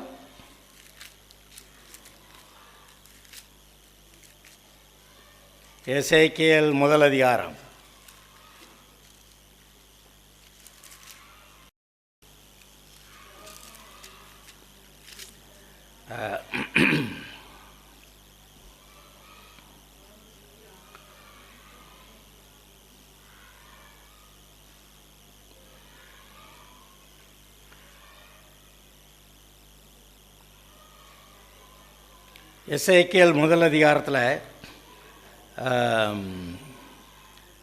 எங்கன்னு அதை பற்றி என்ன போட்டிருக்கு, 26. அவைகளின் தலைகளுக்கு மேலுள்ள மண்டலத்தின் மீது நீலரத்தனம் போல விளங்கும் ஒரு சிங்காசனத்தையும், சிங்காசனத்தின் சாயலும் அந்த சிங்காசனத்தின் சாயலுக்கு மேல் மனுஷ சாயலுக்கு ஒத்த ஒரு சாயலும் இருந்தது.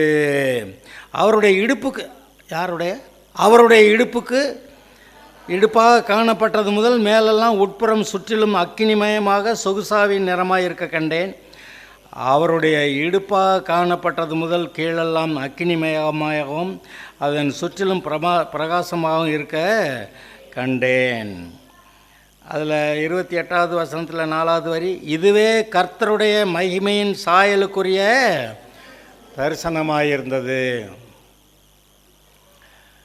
கர்த்தர் ஒரு பெரிய வெஹிக்கிள் மேலே ஏறி ட்ராவல் எங்கேயோ போய்கிட்டு இருக்கிற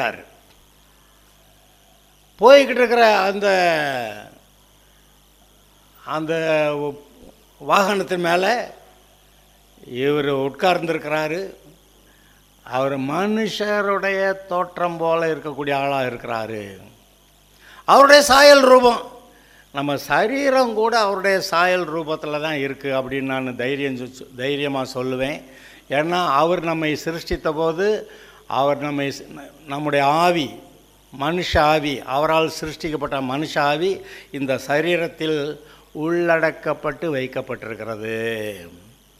ஆவிக்கு கண் இருக்கா, அந்த சரீரத்தில் கண் இருக்குது, காது இருக்குது, மூக்கு இருக்குது, வாய் இருக்குது, எல்லாம் அப்படி இருக்குது.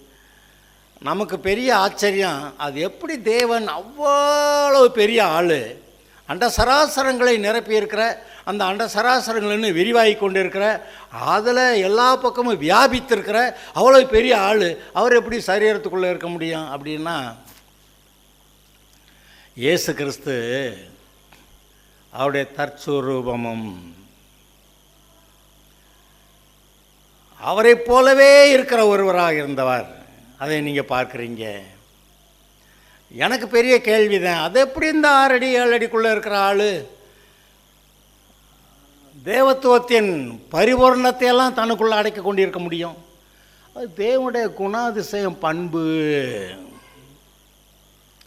அவருடைய குணம். நீங்கள் அவரை போல் மாறணும்னா என்ன செய்யணும்? குணம் அவரை போல் மாறணும். சரீரம் சின்ன பிள்ளையாக இருக்கிறப்போ ஒரு மாதிரி இருக்குது, வளர்கிறப்போ ஒரு மாதிரி இருக்குது, வாலிப பையனாக வர்றப்போ ஒரு மாதிரி இருக்குது, வயதான ஒரு மாதிரி இருக்குது. சரீரம் மாறுது, அதுவும் செஞ்ச பாவத்தினால. இல்லாட்டானா கர்த்தர் உருவாக்கின அந்த வாலிப வயதிலே நின்றுருந்துருப்பாங்க. இப்படி சரீரம் மாறுகிறது. ஆனால் உள்ளே தன்மைகள், குணாதிசயங்கள், the nature of man, the nature of God is the nature of man. Nature of God is the nature of man. தேவனுடைய தன்மைகள் மனுஷனுடைய தன்மைகள். அப்படி தான் உண்டாக்கியிருந்தார். அப்படி உண்டாக்கப்பட்ட மனிதனை பிசாசு கடத்திட்டு போயிட்டான்னொன்னே இவனை ரட்சிக்கிறதுக்காக எவ்வளவு போராடி ரட்சித்தார். அதுக்கப்புறம் நான் உங்களோட உடன்படிக்கை பண்ணுறேங்கிறார். இந்த உடன்படிக்கையின் விசேஷம் என்னன்னு கேட்டால் அது இரத்த உடன்படிக்கையாம். ரத்தம் சிந்தி அந்த உடன்படிக்கை ஏற்படுத்தப்பட்டதான். அங்கே இயேசுவின் ரத்தம் சிந்தி உடன்படிக்கை ஏற்படுத்தப்பட்டதான். இதில் என்ன இன்னொரு வினோதம்னு கேட்டால், இயேசுநாதர் தேவனுடைய சாயலாய் கொடுக்கப்பட்ட ஒரு ஆடு. இந்த இயேசுநாதர் தான் மனுஷனால் கொடுக்கப்படுகிற ஒரு ஆடாகவும் வருவார். மனுஷன் போய் ஒரு ஆடு எடுத்துகிட்டு வந்து பலியிட்டு, அதுக்கு முன்னாடி எவ்வளோ ஆடு பலியிட்டு இருக்கிறான். அதெல்லாம் இயேசுவுக்கு சாயல் மட்டும்தான். இப்போ இவன் செலுத்துவதற்கு ஒரு ஆடு வேண்டி இருக்கிறது, அது பழுதற்றதாக இருக்க வேண்டி இருக்கிறது. இவன்கிட்ட இருக்கிற பிள்ளைகள் எல்லாமே பாவிகளாக இருக்கிறாங்க, செலுத்த முடியாது. அதனால் தேவன் சொல்கிறார், உனக்காக நானே ஆடு கொடுக்குறேன் அப்படின்னு ஆட்டை கொடுத்துட்டு, ஏன் ஆடுங்க தான் உன் ஆடுங்க தான் அப்படின்னு சொல்லிவிட்டார். ரத்தம் சிந்தி அங்கே அந்த ஒரு உடன்படிக்கை ஏற்படுத்துகிறார். இதோ உனக்காக நான் சிந்துகிற புதிய உடன்படிக்கையின் ரத்தம் என்று சொல்லி, பழைய உடன்படிக்கை என்னது? ஆபிரகாம் கூட தேவன் பண்ண உடன்படிக்கை. அது உண்மையிலே இயேசு கிறிஸ்துவோட தான் நிறைவேறுது. இந்த உடன்படிக்கையில் என்ன ஒரு பெரிய சாராம்சம்? இந்த உடன்படிக்கையை விட்டு யாராவது போனால் அவங்களுக்கு சாவு. இந்த உடன்படிக்கையை விட்டு போனால் சாவு. கர்த்தர் இந்த உடன்படிக்கை எனக்கு வேண்டான்னு சொல்லிட்டு போனார்னா அவருக்கு சாவு வந்துடும். என்னடா பாஸ்டர், என்ன பாஸ்டர் பேசுகிறீங்க? உடன்படிக்கையை உண்டாக்குனது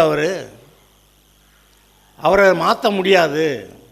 நான் தேவன், நான் மாறப்போகிறேன் சொல்ல முடியாது. உடன்படிக்கை யார் பண்ணுவாங்க? ஒரு பெரிய ஐஸ்வர்யவான், அப்புறம் இன்னொரு ஏழை. இந்த ஏழை போய் சொல்லுவான் ஐஸ்வர்யவான்ட்ட, ஐயா இந்த பக்கத்தில் இருக்க ஆள் பிரச்சனையாக இருக்கான் ஐயா, நான் உங்க கூட சேர்ந்துக்கிறேன் ஐயா, நான் உங்கள் கூட சேர்ந்துக்கிறேன், நீ என்ன சொல்கிறீங்களோ நான் கேட்குறேன், ஆனால் இந்த பிரச்சனை பண்ணுறவனை நீங்கள் ஒரு கை பார்க்கணும் அப்படின்னா இங்கே ஒரு உடன்படிக்கை வருகிறது. சரி, உன்னுடையதெல்லாம் என்னுடையது, என்னுடையதெல்லாம் உன்னுடையது. அதை தான் கர்த்தர் சொல்லிவிட்டார். பிதாவுடையது எல்லாம் என்னுடையது. ஹலோ, பிதாவுடையது எல்லாம் என்னுடையதுன்னு இயேசு சொன்னார். அப்புறம் சிலுவை உடன்படிக்கைக்கு பிறகு என்னுடையதெல்லாம் ஒன்றுதுன்னு உங்களுக்கு நமக்கு சொல்லிக்கிட்டு இருக்கிறாரு. எப்படி பிதாவுடையதெல்லாம் நமக்கு வருது? இந்த உடன்படிக்கை மூலமாய். அந்த ஐஸ்வர்யவான் இந்த ஏழைய கூட உடன்படிக்கை செய்யும்போது உன்னுடையதெல்லாம் என்னுடையது, என்னுடையதெல்லாம் உன்னுடைய அந்த உடன்படிக்கை வருகிறது. அப்புறம் இந்த சின்ன பையதானே நீ இவனை போட்டு பக்கத்தில் இருக்க எவனும் என்னமும் செய்ய முடியாது. பொதுவாக நாடுகளுக்கு மத்தியிலே உடன்படிக்கை ஏற்படும். இப்போ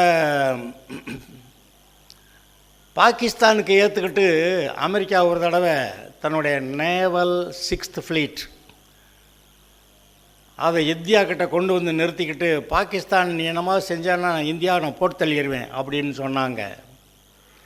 அப்போ இந்திரா காந்தி ரஷ்யாவை கூப்பிட்டு, இங்கே மாதிரி இப்படி பிரச்சனை, எனக்கு இவனுக்கு இந்த பிரச்சனை, இதில் இவன் வந்து நின்றுக்கிட்டு என்ன பண்ணிக்கிட்டு இருக்கான் அப்படின்னு இந்திரா காந்தி ரஷ்யாவை கூப்பிட்டு சொன்னோடனே, ரஷ்யாவுக்கும் இந்தியாவுக்கும் ஒரு உடன்படிக்கை.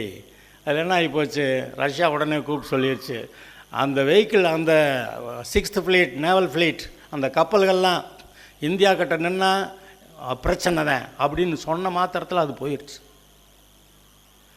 இங்கே ஒரு உடன்படிக்கை, அந்த அமெரிக்காவையும் போட்டு பார்க்குறேங்கிற ஒரு ஆள், இப்படி ஒரு உடன்படிக்கை இருக்கிறது. நமக்கும் தேவனுக்கும் ஒரு உடன்படிக்கை இருக்கு. நம்ம யார்? நம்ம ஒன்றுமில்லாத ஓட்டாண்டி. ஆனால் அவர் எல்லா ஐஸ்வர்யத்தும் உள்ளவர், எல்லா வல்லமையும் உள்ளவர், எல்லாம் அவருடையது. அவர் பார்த்து என் பாதுகாப்பில் நீ இருக்கிற தைரியமாறு அப்படி சொன்ன பிறகு எந்த பிசாசாவது எந்த மனுஷனாவது தொடுவேன்றீங்க? தொட்டால் உயிர் போயிடும் அவனுக்கு. அவன் உயிரை பணை வச்சு நான் செத்தா பரவாயில்லைன்ட்டு தான் வரலாம். ஆனால் அப்படி வந்தாலும் அவனை கொண்டு தான் அடுத்த வேலை பார்ப்பார் கர்த்தர். உங்களுக்கு விரோதமாய் உருவாக்கப்படும் எந்த ஒரு ஆயுதமும் வாய்க்காதே போம். கர்த்தர் உங்களோடு கூட இருக்கிறார். இதை நீங்கள் மறக்கக்கூடாது.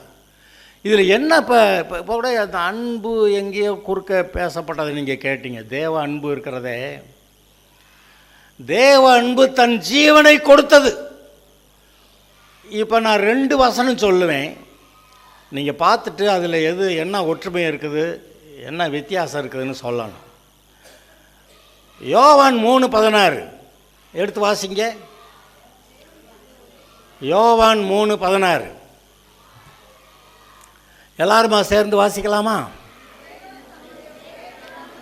தேவன் தம்முடைய ஒரே பேரான குமாரனை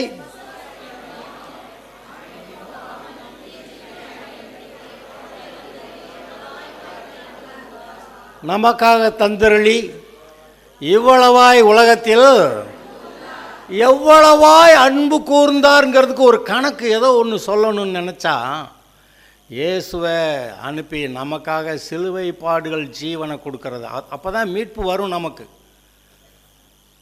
இவ்வளவாய் அன்பு கூர்ந்தார்னு ஒரு வசனம். தேவன் தமது சொந்த குமாரனை என்று பாராமல் நமக்காக அவரை தந்தருளி இவ்வளவாய் உலகத்தில் அன்பு கூர்ந்தார். நம்மக்கிட்ட என்று அந்த இல்லை, உலகத்தில் அன்பு கூர்ந்தார். சரி, இப்போ 1 யோவான் 3:1-2 வாசிங்க. 1 யோவான் 3:1-2 நாம் தேவனுடைய பிள்ளைகள் என்று அழைக்கப்படுகிறதுனாலே பிதாவானவர் நமக்கு பாராட்டின அன்பு எவ்வளவு பெரிதென்று பாருங்கள். சரி, 2 வசனம். 1 தம்முடைய சொந்த குமாரன் என்று பாராமல் நமக்காக அவரை தந்தருளி இவ்வளவாய் உலகத்தில் அன்பு கூர்ந்தார் அப்படின்னு. இங்கே ரட்சிக்கப்பட்டவர்களை பார்த்து நாம் தேவனுடைய பிள்ளைகள் என்று அழைக்கப்படுகிறதுனாலே தேவன் நமக்கு பாராட்டின அன்பு எவ்வளவு பெரிதென்று, அவர் எவ்வளவு அன்பு கூர்ந்திருக்காருன்னு பாரியா. 2க்கு என்ன வித்தியாசம்? 2 அன்பை பற்றி பேசுகிறது. 2 வசனங்களுக்கு என்ன வித்தியாசம்? ஓகே, ஒரு வசனம் உலகத்தில் அன்பு கூறுகிறத பற்றி பேசுது. ரட்சிக்கப்படாத உலக ஆதாமின் சந்ததியாய் பிறந்திருக்கிற ஒவ்வொருவரையும் குறித்து இந்த உலகத்தில் அன்பு கூர்ந்ததை பற்றி. உலகம் யாரு? பிசாசோடைய பிள்ளைங்க. ஒரு இடத்துல பரிசேயர் பார்த்து சொல்லிவிட்டாரு, நீங்கள் உங்கள் பிதாவாகிய பிசாசனுடைய கிரியைகளை செய்கிறீர்கள் அப்படி சொல்லிவிட்டார். அவன் சொல்கிறான் எங்களுக்கு ஒரே பிதா உண்டு, அவர் தேவன்னா. அவன் சொன்னால் இவர் திருப்பிக்கிட்டு நீங்கள் உங்கள் பிதாவாகிய பிசாசுடைய கிரியைகளை செய்கிறீர்கள் அப்படி சொல்லிவிட்டார். அவங்க இருந்து விடாமல் இவரை கோவப்படுத்திக்கிட்டே இருக்கிறானுங்க. அதனால் சொல்லிவிட்டார். சரி, உங்கள் பிதாவாகிய பிசாசுன்னு இந்த மக்கள் ரட்சிக்கப்படாத மக்கள் எல்லாரும் பிசாசின் பிள்ளைகள்னு சொல்கிறதுக்கு பைபிள் ஒரு வசனம் சொன்னேன், வேற ஒன்றும் இல்லை. உலக மக்கள் எல்லாரும் பிசாசின் பிள்ளைகளாய் தேவனால் கருதப்படுகிறார்கள். ஆனால் பிசாசின் பிள்ளைகளாக இருந்தால் கூட, அப்பா நான் உயிரை கூட தர்றேன்டா, உன் மேலே இவ்வளோ அன்பாக இருக்கேன்டா, நீ என்கிட்ட வந்துடுவியா, நான் உன்னை ரட்சிக்கிறேன், உன்னை பரலோகத்துக்கு கூட்டி போகிறேன் அப்படின்னு. அது உண்மையாக நடந்தது சிலுவையில். அந்த சிலுவை பாடுகளை நான் நினச்சி கூட பார்க்க முடியலை. என்னால் இந்த மாதிரி பாடுகள்லாம் ஒரு கால்வாசியாவது பட முடியுமா? அது முடியாது. ஆனால் அவர் அவ்வளோ பாடுகளை பட்டு இவ்வளவாய் உலகத்தில் அன்பு கூர்ந்தார். இப்போ என்ன சொல்கிறாரு இங்கே 1 யோவானுக்கு போயிட்டா, இந்த யோவான் இந்த அன்பை பற்றி என்னமோ பேசிக்கிட்டே இருக்கிறான். நாம் தேவனுடைய பிள்ளைகள் என்று அழைக்கப்படுகிறதுனாலே ரட்சிக்கப்பட்டவங்கள, அது ரட்சிக்கப்படாத கேஸு, அங்கேயும் அம்புட்டு அன்பு கூறுகிறாராம். நாம் ரட்சிக்கப்பட்ட ஆளுகளை பிள்ளைன்ட்டாராம். பிள்ளைன்னா அது பெரிய பெரிய விஷயங்க. பிள்ளைன்னா அவருடைய பிள்ளைன்னா அவருடைய ஆஸ்திகளுக்கெல்லாம் எல்லாத்துலேயும் பங்கு சொல்ல வரைக்கும். இப்போது நீங்கள் ஒன்று சொல்லலாம், கர்த்தாவே நான் ரொம்ப ஏழைதான், ஆனால் நீர் இருக்கிறதுனால நான் ஐஸ்வர்யவான், எனக்கு இதெல்லாம் வேணும், நான் நம்புகிறேன் நீர் என்னுடைய அப்பாவாக இருக்கிறதுனால எனக்கு எல்லாம் கொடுப்பீர். நான் நம்புகிறேன். நான் எனக்கு இது வேணும் அது வேணும்னு கேட்காமே எனக்கு நீர் கொடுப்பீர், நான் நம்புகிறேன் அப்படின்னு சொல்லிட்டா அது வந்துருங்க. நான் காலையில் உட்காந்து ரொம்ப யோசிச்சுக்கிட்டு இருந்தேன். நம்ம ரொம்ப கஷ்டப்பட்டு விசுவாசிச்சுக்கிட்டு வந்துக்கிட்டு இருக்கிறான், ரொம்ப போராடி விசுவாசிக்கிறான். ஆனால் சில ஆட்களை பாருங்கள், கர்த்தருக்கு ஸ்தோத்திரம் எனக்கு இதை செஞ்சார், கர்த்தருக்கு ஸ்தோத்திரம் எனக்கு செஞ்சார்னு சொல்லிட்டு வர்றாங்க. ரொம்ப லேசாக விசுவாசிடுறாங்க, ரொம்ப லேசாக அந்த நன்மையெல்லாம் பெற்றுக்கொள்கிறாங்க. ஸ்தோத்திரம் ஆண்டவரே, நான் இந்த பாதையில் வந்துட்டேன், சரி இப்போ நான் மாறிக்கிறேன். இப்போ காலையில் நான் மாறிக்கிறேன், நான் ஒப்படைச்சிடுறேன், நான் தனியாக நிற்க வரைக்கும் தானே எனக்கு பயம், என்னை ஒப்படைச்சிட்றேன், நான் உம்முடைய பிள்ளை, உம்முடைய பாதுகாப்பு, நீர் தான் நான் தான் நீ, போ அந்த உடன்படிக்கைக்குள்ளே வந்துடுறேன் அப்படின்னு ஒரு பாடு பயமெல்லாம் அத்துருச்சு. எல்லா பயமும் முன்னாடியே வழக்காடுவேன், இப்படி சொல்லி இருக்கிறீர், அதனால் அந்த பிசாசு என்னை தலைமயிரை கூட பிடுங்க முடியாது அப்படின்னு சொல்லிகிட்டு இருப்பேன். இது சட்டம். ஆனால் அன்பு என்ன சொல்லுது, நான் உங்ககிட்ட வந்துட்டேன், அதனால் நீர் என்னைய பாதுகாக்கிறீர், ஆசீர்வதிக்கிறீர், என்னை உயர்த்துகிறீர், என்னை சந்தோஷமாக வைக்கிறீர். இன்னைக்கு காலையில் உட்காந்து சொல்லிகிட்டு இருந்தேன். ஆக கஷ்டப்பட்டு விசுவாசிக்கிறவங்களும் இருக்கிறாங்க. ஓடுற ஓட்டத்தில் ஆண்டவரே ஸ்தோத்திரம், நீர் எனக்காக இவ்வளவு செஞ்சுக்கிற ஆண்டவரே, நன்றி ஆண்டவரே, நன்றி ஆண்டவரே, இப்போது இந்த தேவையை நீர் சந்திக்கிறீர் ஆண்டவரே, எனக்கு நீர் ஆசீர்வதிக்கிறீர், உயர்த்துகிறீர், நன்றி ஆண்டவரே, அவ்வளவு சொல்லிவிட்டு எல்லாத்தையும் வாங்கிட்டு உட்காந்துருக்காங்க. இந்த விசுவாசம் இங்கே சொல்லியிருக்கிறதே, நாம் தேவனுடைய பிள்ளைகள் என்று அழைக்கப்படுகிறதுனாலே தேவன் நமக்கு பாராட்டிய அன்பு எவ்வளவு பெரிதென்று பாருங்கள். பிள்ளைன்னு சொல்லிட்டாராம். இதோட விட்டுருந்தா கூட பரவாயில்ல. நம் சுதந்திரரும் கிறிஸ்துவோடு கூட உடன் சுதந்திரரும்னு சொன்னான். இது என்னங்க அது, இதெல்லாம் புரியுதா? அவர் உட்காந்து நான் இம்பிடி செத்தாலும் பரவாயில்ல, என் சொத்து பூரா இவங்களுக்கோட பங்கு போட்டாலும் பரவாயில்ல, நான் இவங்களுக்காக சாகுறேன்னு சொன்னேன். இந்த அன்பு என்ன சொல்கிறது? பிதாவுடையதெல்லாம் இயேசுடையது. சரி, இயேசு ரட்சிக்கப்பட்டு வர்றவங்கள்ட்ட சரி எந்தாடா கொஞ்சம் பங்கு போட்டுக்க அப்படின்னு நான் சொல்லிட்டா கூட அது கூட தேவலை. ஆனால் இவர் என்ன பண்ணுறாரு, இவங்களுக்கெல்லாம் யார் நமக்கு தேவனுடைய ஆஸ்திகளில் அந்த பங்கு கொடுக்கணும்னு, அதுக்காக நமக்கு பங்கு கொடுக்கணும்னு அவர் போய் உட்காந்து இவ்வளோ வேதனைப்பட்டு செத்துக்கிட்டு இருக்கிறாரு. இது என்ன கொடுமையாக இருக்குது? அவ்வளோ பாடுபட்டு நம்முடைய பாவங்களை போக்குறதுக்கு பரிகாரம் செய்து பத்தாவதுக்கு வேற உடன்படிக்கை வேற பண்ணி வச்சுக்கிட்டாரு. அவருடைய ஆஸ்திகளில், அதாவது பிதாவுடைய தேவனுடைய ஆஸ்திகளில் அதெல்லாம் இயேசுவுக்கு சொந்தம். இப்போ இயேசுவுக்கு சொந்தமானதெல்லாம் நமக்கு சொந்தம். அது எல்லாத்தையும் நமக்கு பங்கு போடுறாரு. வேணா என்ன செய்யலாம், மூத்த குமாரன் முதல் பிறந்தவன் அப்படின்னு சொல்லி பங்குல 2 பங்கு வேணா கொடுக்கலாம். அது என்ன பெரிய விஷயமா அவருக்கு? இப்போ 5 பேர்னாக்க பங்கு போட்டால் 6 பங்கு போட்டு 2 பங்கு பெரிய ஆளுக்கு, மீதி இருக்கிறதெல்லாம் ஆளுக்கு 1. சரி, இது 5 பேர்னாக்கா இப்போ பங்கு போடுறப்ப பெருசாக இருக்கும். அப்போ சரி, நமக்கும் பெரிய அளவில் பங்கு இருக்குது அப்படின்னு நம்ம நினைப்போம். அந்த 2 பங்கு வர்றாலும் பரவாயில்ல, அவங்களோட நமக்கு இன்னொரு பங்கு கூட இருக்குது அப்படின்னு அது ஒரு பெரிய பங்காக நினைக்கலாம். இங்கே கோடி பேர் ரட்சிக்கப்பட்டு கிடக்கிறானே. எப்படி கோடி பேர் ரட்சிக்கப்பட்டு கர்த்தருடைய பிள்ளையாக இருக்கிறாங்க. இவங்க பங்கு போட்டால் கோடியாக பங்கு போடணும்ல. கடைசியில் இவர் கிடைக்கிறது அந்த கோடியில் ஒன்று தான் சேர்த்து கிடைக்கும்.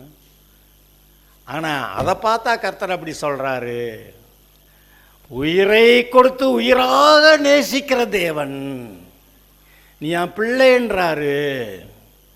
இப்போ சாதாரண எந்த ஒரு பொருளாக வேணா இருக்கலாம், சும்மா சாதாரண ஒரு பைபிள் இல்லாட்டினா ஒரு செல்லு யாருக்காக கொடுக்குறீங்க, இல்லை எனத்தையா ஒன்று கொடுக்குறீங்கன்னா, இது என்ன வெறும் பைபிள் தானே, 200 ரூபா, ஓகே பை 200 ரூபா கொடுத்தாங்க. அவங்க அன்பு எவ்வளவு? 200 ரூபா, ஓகே. ஆனால் ஒன்றும் இல்லை, நமக்கு எங்கேயோ போயிட்டுருக்கிறப்ப ஆண்டவர் பார்த்துந்தா இந்தாடா உனக்கு ஒரு மிட்டாய் அப்படி கொடுத்தா ஒருத்தனுக்கு வேறு ஒருத்தனுக்கு கிடைக்கல, ஆனால் உங்களுக்கு கிடச்சிருக்கு. அந்த மிட்டாய் எனக்கு கொடுத்தாரு, எனக்கு என் மேலே அம்புட்டு பிரியமாக இருந்து எனக்கு கொடுத்தாரு. அவருடைய அன்பு அவ்வளோ பெருசு, எனக்கு மிட்டாய் கொடுத்தாரு. அந்த மிட்டாய் ஒன்றும் இல்லை, ஆனால் மிட்டாய் அவர் கொடுத்தாரு, அவருடைய அன்பு அவ்வளோ பெரிதாக சொல்லப்படுகிறது. மிட்டாயில் என்னங்க இருக்குது? 200 ரூபா பைபிளில் என்னங்க இருக்குது? ஆனால் அவர் எப்படி அன்பாக நினச்சி பார்த்து கொடுத்தாருங்கிறத இதை உணர்கிற இருதயம் இருக்குது பார்த்தீங்களா? என் மேலே பிரியமாக இருந்து என் மேலே அன்பாக எனக்கு அவர் மிட்டாய் கொடுத்தாரு, ஒருத்தருக்கும் கொடுக்கல, எனக்கு தான் கொடுத்தாரு. இந்த அன்பு, இருதயத்தில் இருக்கிற அன்பு வெறும் மிட்டாய் இல்லைங்க. மிட்டாய் எவ்வளோ பெரிய வேலை செய்யுது தெரியுமா? இந்த அன்பு தேவனை ஈர்க்கிறது, தேவ அன்பு இவனை ஈர்க்கிறது. அன்பு இதுபோல் எந்த பொருளாக இருந்தாலும் சரி எனக்கு கொடுத்தாருன்னு சொல்லி அந்த அன்பை பாராட்டுகிற மக்களாய் நாம் இருக்கிறோமா? அது 200 ரூபா தானே, சரி அப்புறம் கொடுக்குறப்ப பார்த்துக்கலாம். இந்த 2 இருதயமும் வித்தியாசமானது. தேவ அன்பை நினைத்து பார்க்கிற, என்னை நேசித்து அவர் தன்னைத்தான் வெறுமையாக்கி அவர் ஒன்றும் இல்லாமல் என்னை போல் ஒரு மோசமான கேவலமான ஆள் மாதிரி தோற்றத்தில் வந்து இங்கே வந்து என் பாவத்தை அவர் தலையில் ஏற்றுக்கிட்டு என்னை விட்டால் நான் நரகத்துக்கு போகணும், சரி போவேன், எல்லோரும் போகிறாங்க நானும் போகிறேன் சொல்லலாம். ஆனால் என்னுடைய பாவம் சாபம் எல்லாவற்றையும், என்னுடைய பாவம் சாபங்களை ஏற்றுக்கொண்டு சிலுவையிலே அவ்வளவு பாடுகளை சுமந்தார். என்னுடைய தண்டனை ஏற்றுக்கொண்டு சிலுவையிலே அங்கே மரித்தார். என்னுடைய பாவங்கள் சாபங்கள் அவர் மேலே போச்சு, என்னை மீட்டார். எனக்காக இவ்வளவு பாடுபட்டார். முட்டாயெல்லாம் ஒன்றும் கொடுக்க வேண்டியதில்லை. இதை நீங்கள் அந்த அன்பை பார்த்தீங்கன்னா, அந்த அன்பு, இந்த மனதில் இருக்கிற அன்பு அவரால் இழுக்கப்பட்டு எவ்வளவாய் நம்முடைய இருதயம் அவரிடத்திலே போகிறது. என்னை நேசித்து என்னுடைய பாவங்களை அவர் ஏற்றுக்கொண்டு என்னுடைய தண்டனையை ஏற்றுக்கொண்டு என்னை விடுதலையாக்கி இருக்கிறார். நான் பாவத்திலிருந்து விடுதலையாக்கப்பட்டிருக்கிறேன், சாபத்திலிருந்து விடுதலையாக்கப்பட்டிருக்கிறேன், அவருடைய பிள்ளையாக இருக்கிறேன், அவருடைய ஆஸ்திகளுக்கெல்லாம் நான் பங்குள்ள ஆளுன்னு சொல்லிட்டாரு.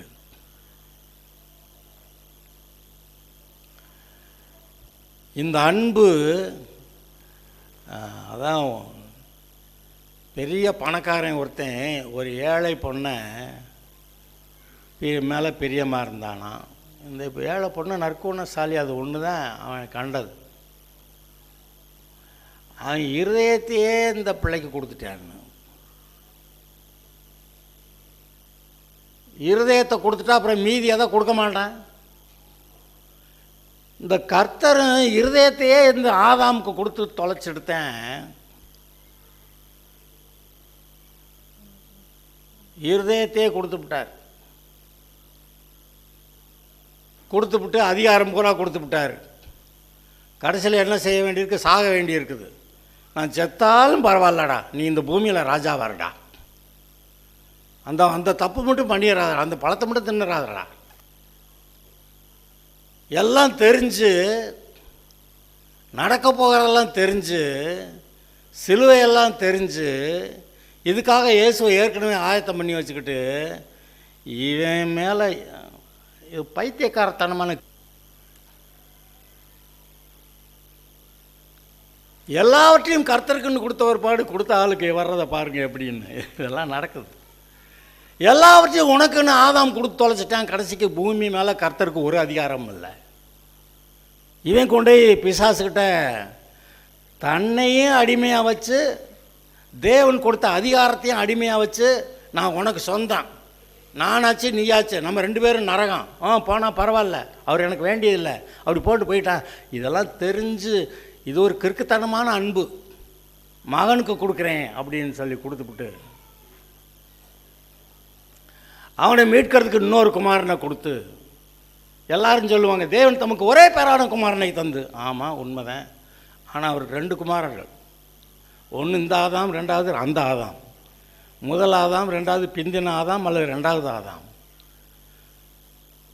இவனை மீட்கிறதுக்கு இன்னொரு குமாரனே கொடுத்து, இதெல்லாம் ரொம்ப நான் நிச்சயம் செய்ய மாட்டேன். அது அவரு தான். அவ்வளவு அன்பு கூர்ந்து நம்ம எல்லாம் பிள்ளைன்னு சொல்லிட்டு, நான் கேட்குறேன், அதான் முட்டாப்ப அவன் அப்படி செஞ்சு விட்டான். அவர் அவனை நம்பினார். என் பிள்ளை நான் நம்புகிறேன் அப்படின்னாரு. கடைசிக்கு அவரை இழுத்து விட்டான். இப்போ கேள்வி, அவருடைய அன்பு அவ்வளவு பெரியது. நாம் அவருடைய நம்பிக்கைக்கு பாத்திரவான்களாய் நடக்கலாமா?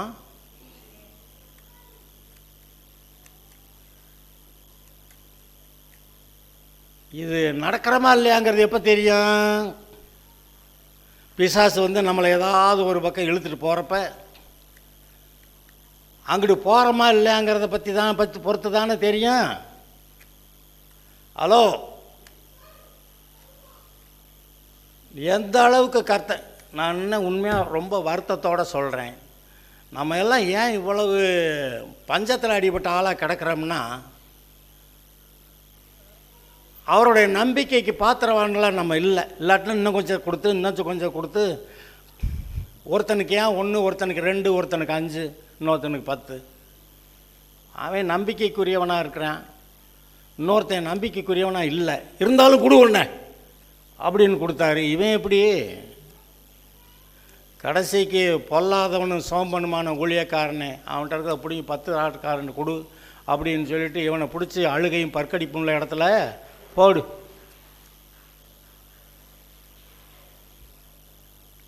எப்படி ஆகிப்போச்சு கதை? ஒரே கேள்வி இது. இந்த கேள்வி நம்முடைய இருதயத்தை பட்டயம் இரும்பு கருக்காக்குவது போல. ஆதாமை நம்பின கர்த்தர் இன்றைக்கு உங்களையும் என்னையும் நம்பி இருக்கிறார். நம்பிதான் பூமியெல்லாம் ஆண்டு கொள்ளக்கூடிய அதிகாரத்தை நம்மக்கிட்ட கொடுத்துருக்கிறார். இயேசு பிசாசுக்கிட்ட இருந்து அதை பிடுங்கி, இதோ பரலோக ராஜ்யத்தின் திறவுகோல்களை நான் உனக்கு கொடுக்குறேன் கொடுத்து விட்டார். அப்புறம் 10வதுக்கு லூசிஃபர் முதல் கொண்டு கீழே கடைமட்டத்தில் இருக்க கடைசி பிசை குட்டி பிசாசு வரைக்கும் எல்லாரையும் அடக்கி ஆளக்கூடிய அதிகாரத்தை கொடுத்திருக்கிறார். நம்ம மேலே இவ்வளவு நம்பிக்கை வச்சிருக்கிறாரு. அவர் சார்பாக நம்ம அந்த அதிகாரத்தை பயன்படுத்தி இவனை போட்டு தள்ளிட்டு இந்த பூமி முழுசையுமே பரலோகம் போல மாற்றுகிற ஒரு வேலை. இன்னைக்கு கர்த்தர் நமக்கு அந்த பூமி முழுசை மாற்றுற வேலை கொடுக்கல. நம்முடைய உலகம், உங்கள் வீடு, உங்கள் மனைவி, புருஷன், உங்கள் பிள்ளைங்க, உங்கள் குடும்பம், இது தேவனுக்கேற்ற விதத்தில் ஆளப்படுகிறதா? அவர் பூமி ஆண்டுக்கு சொன்னார். இப்போ நம்மளை முதல்ல உன் குடும்பம், கணவன், மனைவி, பிள்ளைங்க, இந்த குடும்பம் தேவனுக்கேற்ற விதத்தில் ஆளப்பட வேண்டும்னு சொல்லி அதிகாரத்தை கொடுத்துட்டாரு. அப்புறம் நீங்கள் வேலை பார்க்குற இடத்துல உங்களுடைய அதிகாரத்துக்குள்ளே இருக்கிற எல்லாத்தையும் நீங்கள் சரியாக கர்த்தருக்கேற்ற விதத்தில் சரியாக செய்வீங்கன்னு நம்பி கொடுத்துருக்கிறாரு. அதில் அப்படி செஞ்சீங்கன்னா கர்த்தருடைய நாமம் மகிமைப்படும். இன்னும் அநேக டீலிங்ஸ் இருக்குது. எத்தனையோ பேர்கிட்ட எவ்வளோ விதமாக பழகுகிறோம். எல்லாவற்றுலேயும் நீங்கள் தேவனை போலவே உண்மையுள்ளவர்களாக இருப்பீங்கன்னு நம்பிதான் பிள்ளைங்கிற அந்தஸ்தையும் எனக்கு என்னுடையதெல்லாம் உன்னுடையதுன்னு சொல்கிறேன். அந்த மாதிரி உடன்படிக்கை, இரத்த உடன்படிக்கை அதையும் ஏற்படுத்தி கொடுத்துருக்கிறாரு. இன்னமும் நம்ம ஏதாவது இதுக்கு மேலே அதிகமாக கொடுத்தாக்கா இவன் எங்கேயா போய் மாட்டிக்கிறவன், அந்த பிள்ளை எங்கேயா போய் மாட்டிக்கிறேன், கடைசி செத்து போயிடும் அப்படின்னு நினச்சிக்கிட்டு தான் இப்போ எப்படி நம்ம பிள்ளைகளை நம்பி போராத்தையும் கொடுக்குறதில்ல. ஏதோ ஒரு அளவு கொடுத்துட்டு ஒழுங்காக இருக்கான்னு பார்த்துக்கிட்டு இருக்கிறோம். கடைசியில் அதுகளுக்கு தான் எல்லாம் சம்பாரிச்சது போகிறா. ஏன்டா இப்போ கொடுக்க மாட்டோம்னா, இப்போ கொடுத்தா இப்போ போய் எங்கேயாவது மாட்டிக்கும். அதனால் அவரும் கொஞ்சம் பொறுத்து நிதானித்து இந்த பிள்ளைகளுக்கு இதெல்லாம் கொடுத்தா நல்லா பத்திரமா வச்சுக்கிடுவாங்களா அப்படின்னு பார்த்துட்டு, அல்ல இது கொடுத்த இந்த ஆசீர்வாதமே இவங்களுக்கு கேடா முடியுமா, எவனாவது வந்து இவங்களையும் கொண்டுபிட்டு சொத்தெல்லாம் அள்ளிட்டு போயிடுவானா, அப்படியெல்லாம் கணக்கு பண்ணிக்கிட்டு தான் அவர் வந்துட்டு ஒரு நிதானமான அளவில் நமக்கு தேவையானவைகளை சந்திச்சிருக்கிறாருன்னு நான் நினைக்கிறேன். நீங்கள் கர்த்தர் முன்னாடி அவருக்கு உண்மையாக நீங்களாம் நானும் தான் உண்மையாக இருப்போம்னு தெரிஞ்சால் இப்போ இருக்கிறத காட்டில் இன்னும் கொஞ்சம் அதிகம் கொடுப்பாரே.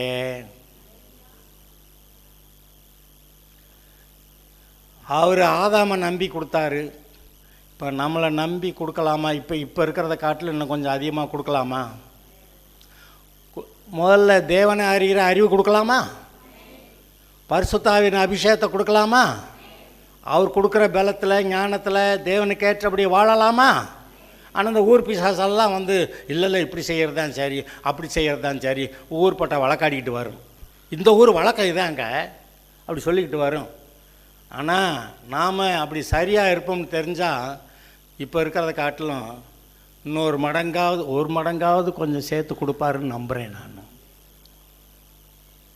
நம்ம ஆற்றுல ஒரு கால் சேத்துல ஒரு காலுன்னு வச்சுக்கிட்டதாக்கா அதெல்லாம் நானே சொல்லிடுவேன், கர்த்தாவே அதுக்கு மேலே கொடுக்காதீங்க, கொடுத்தா ஆற்றோடு போயிடும் ஆண்டவரே, இல்லை சேத்துல இழுத்துட்டு போயிடும் ஆண்டவரே, கொடுக்காதீங்க நானே சொல்லிடுவேன்.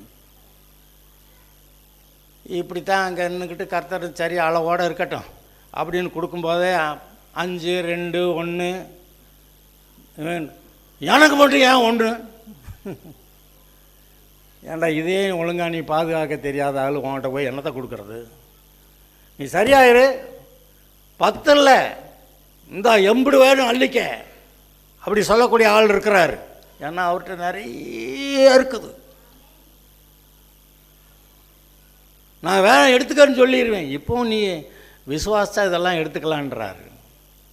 அந்த விசுவாசிக்கிறப்ப நமக்கு ரொம்ப இடைஞ்சலாக ரொம்ப கடினமாக இருக்குது பார்த்தீங்களா?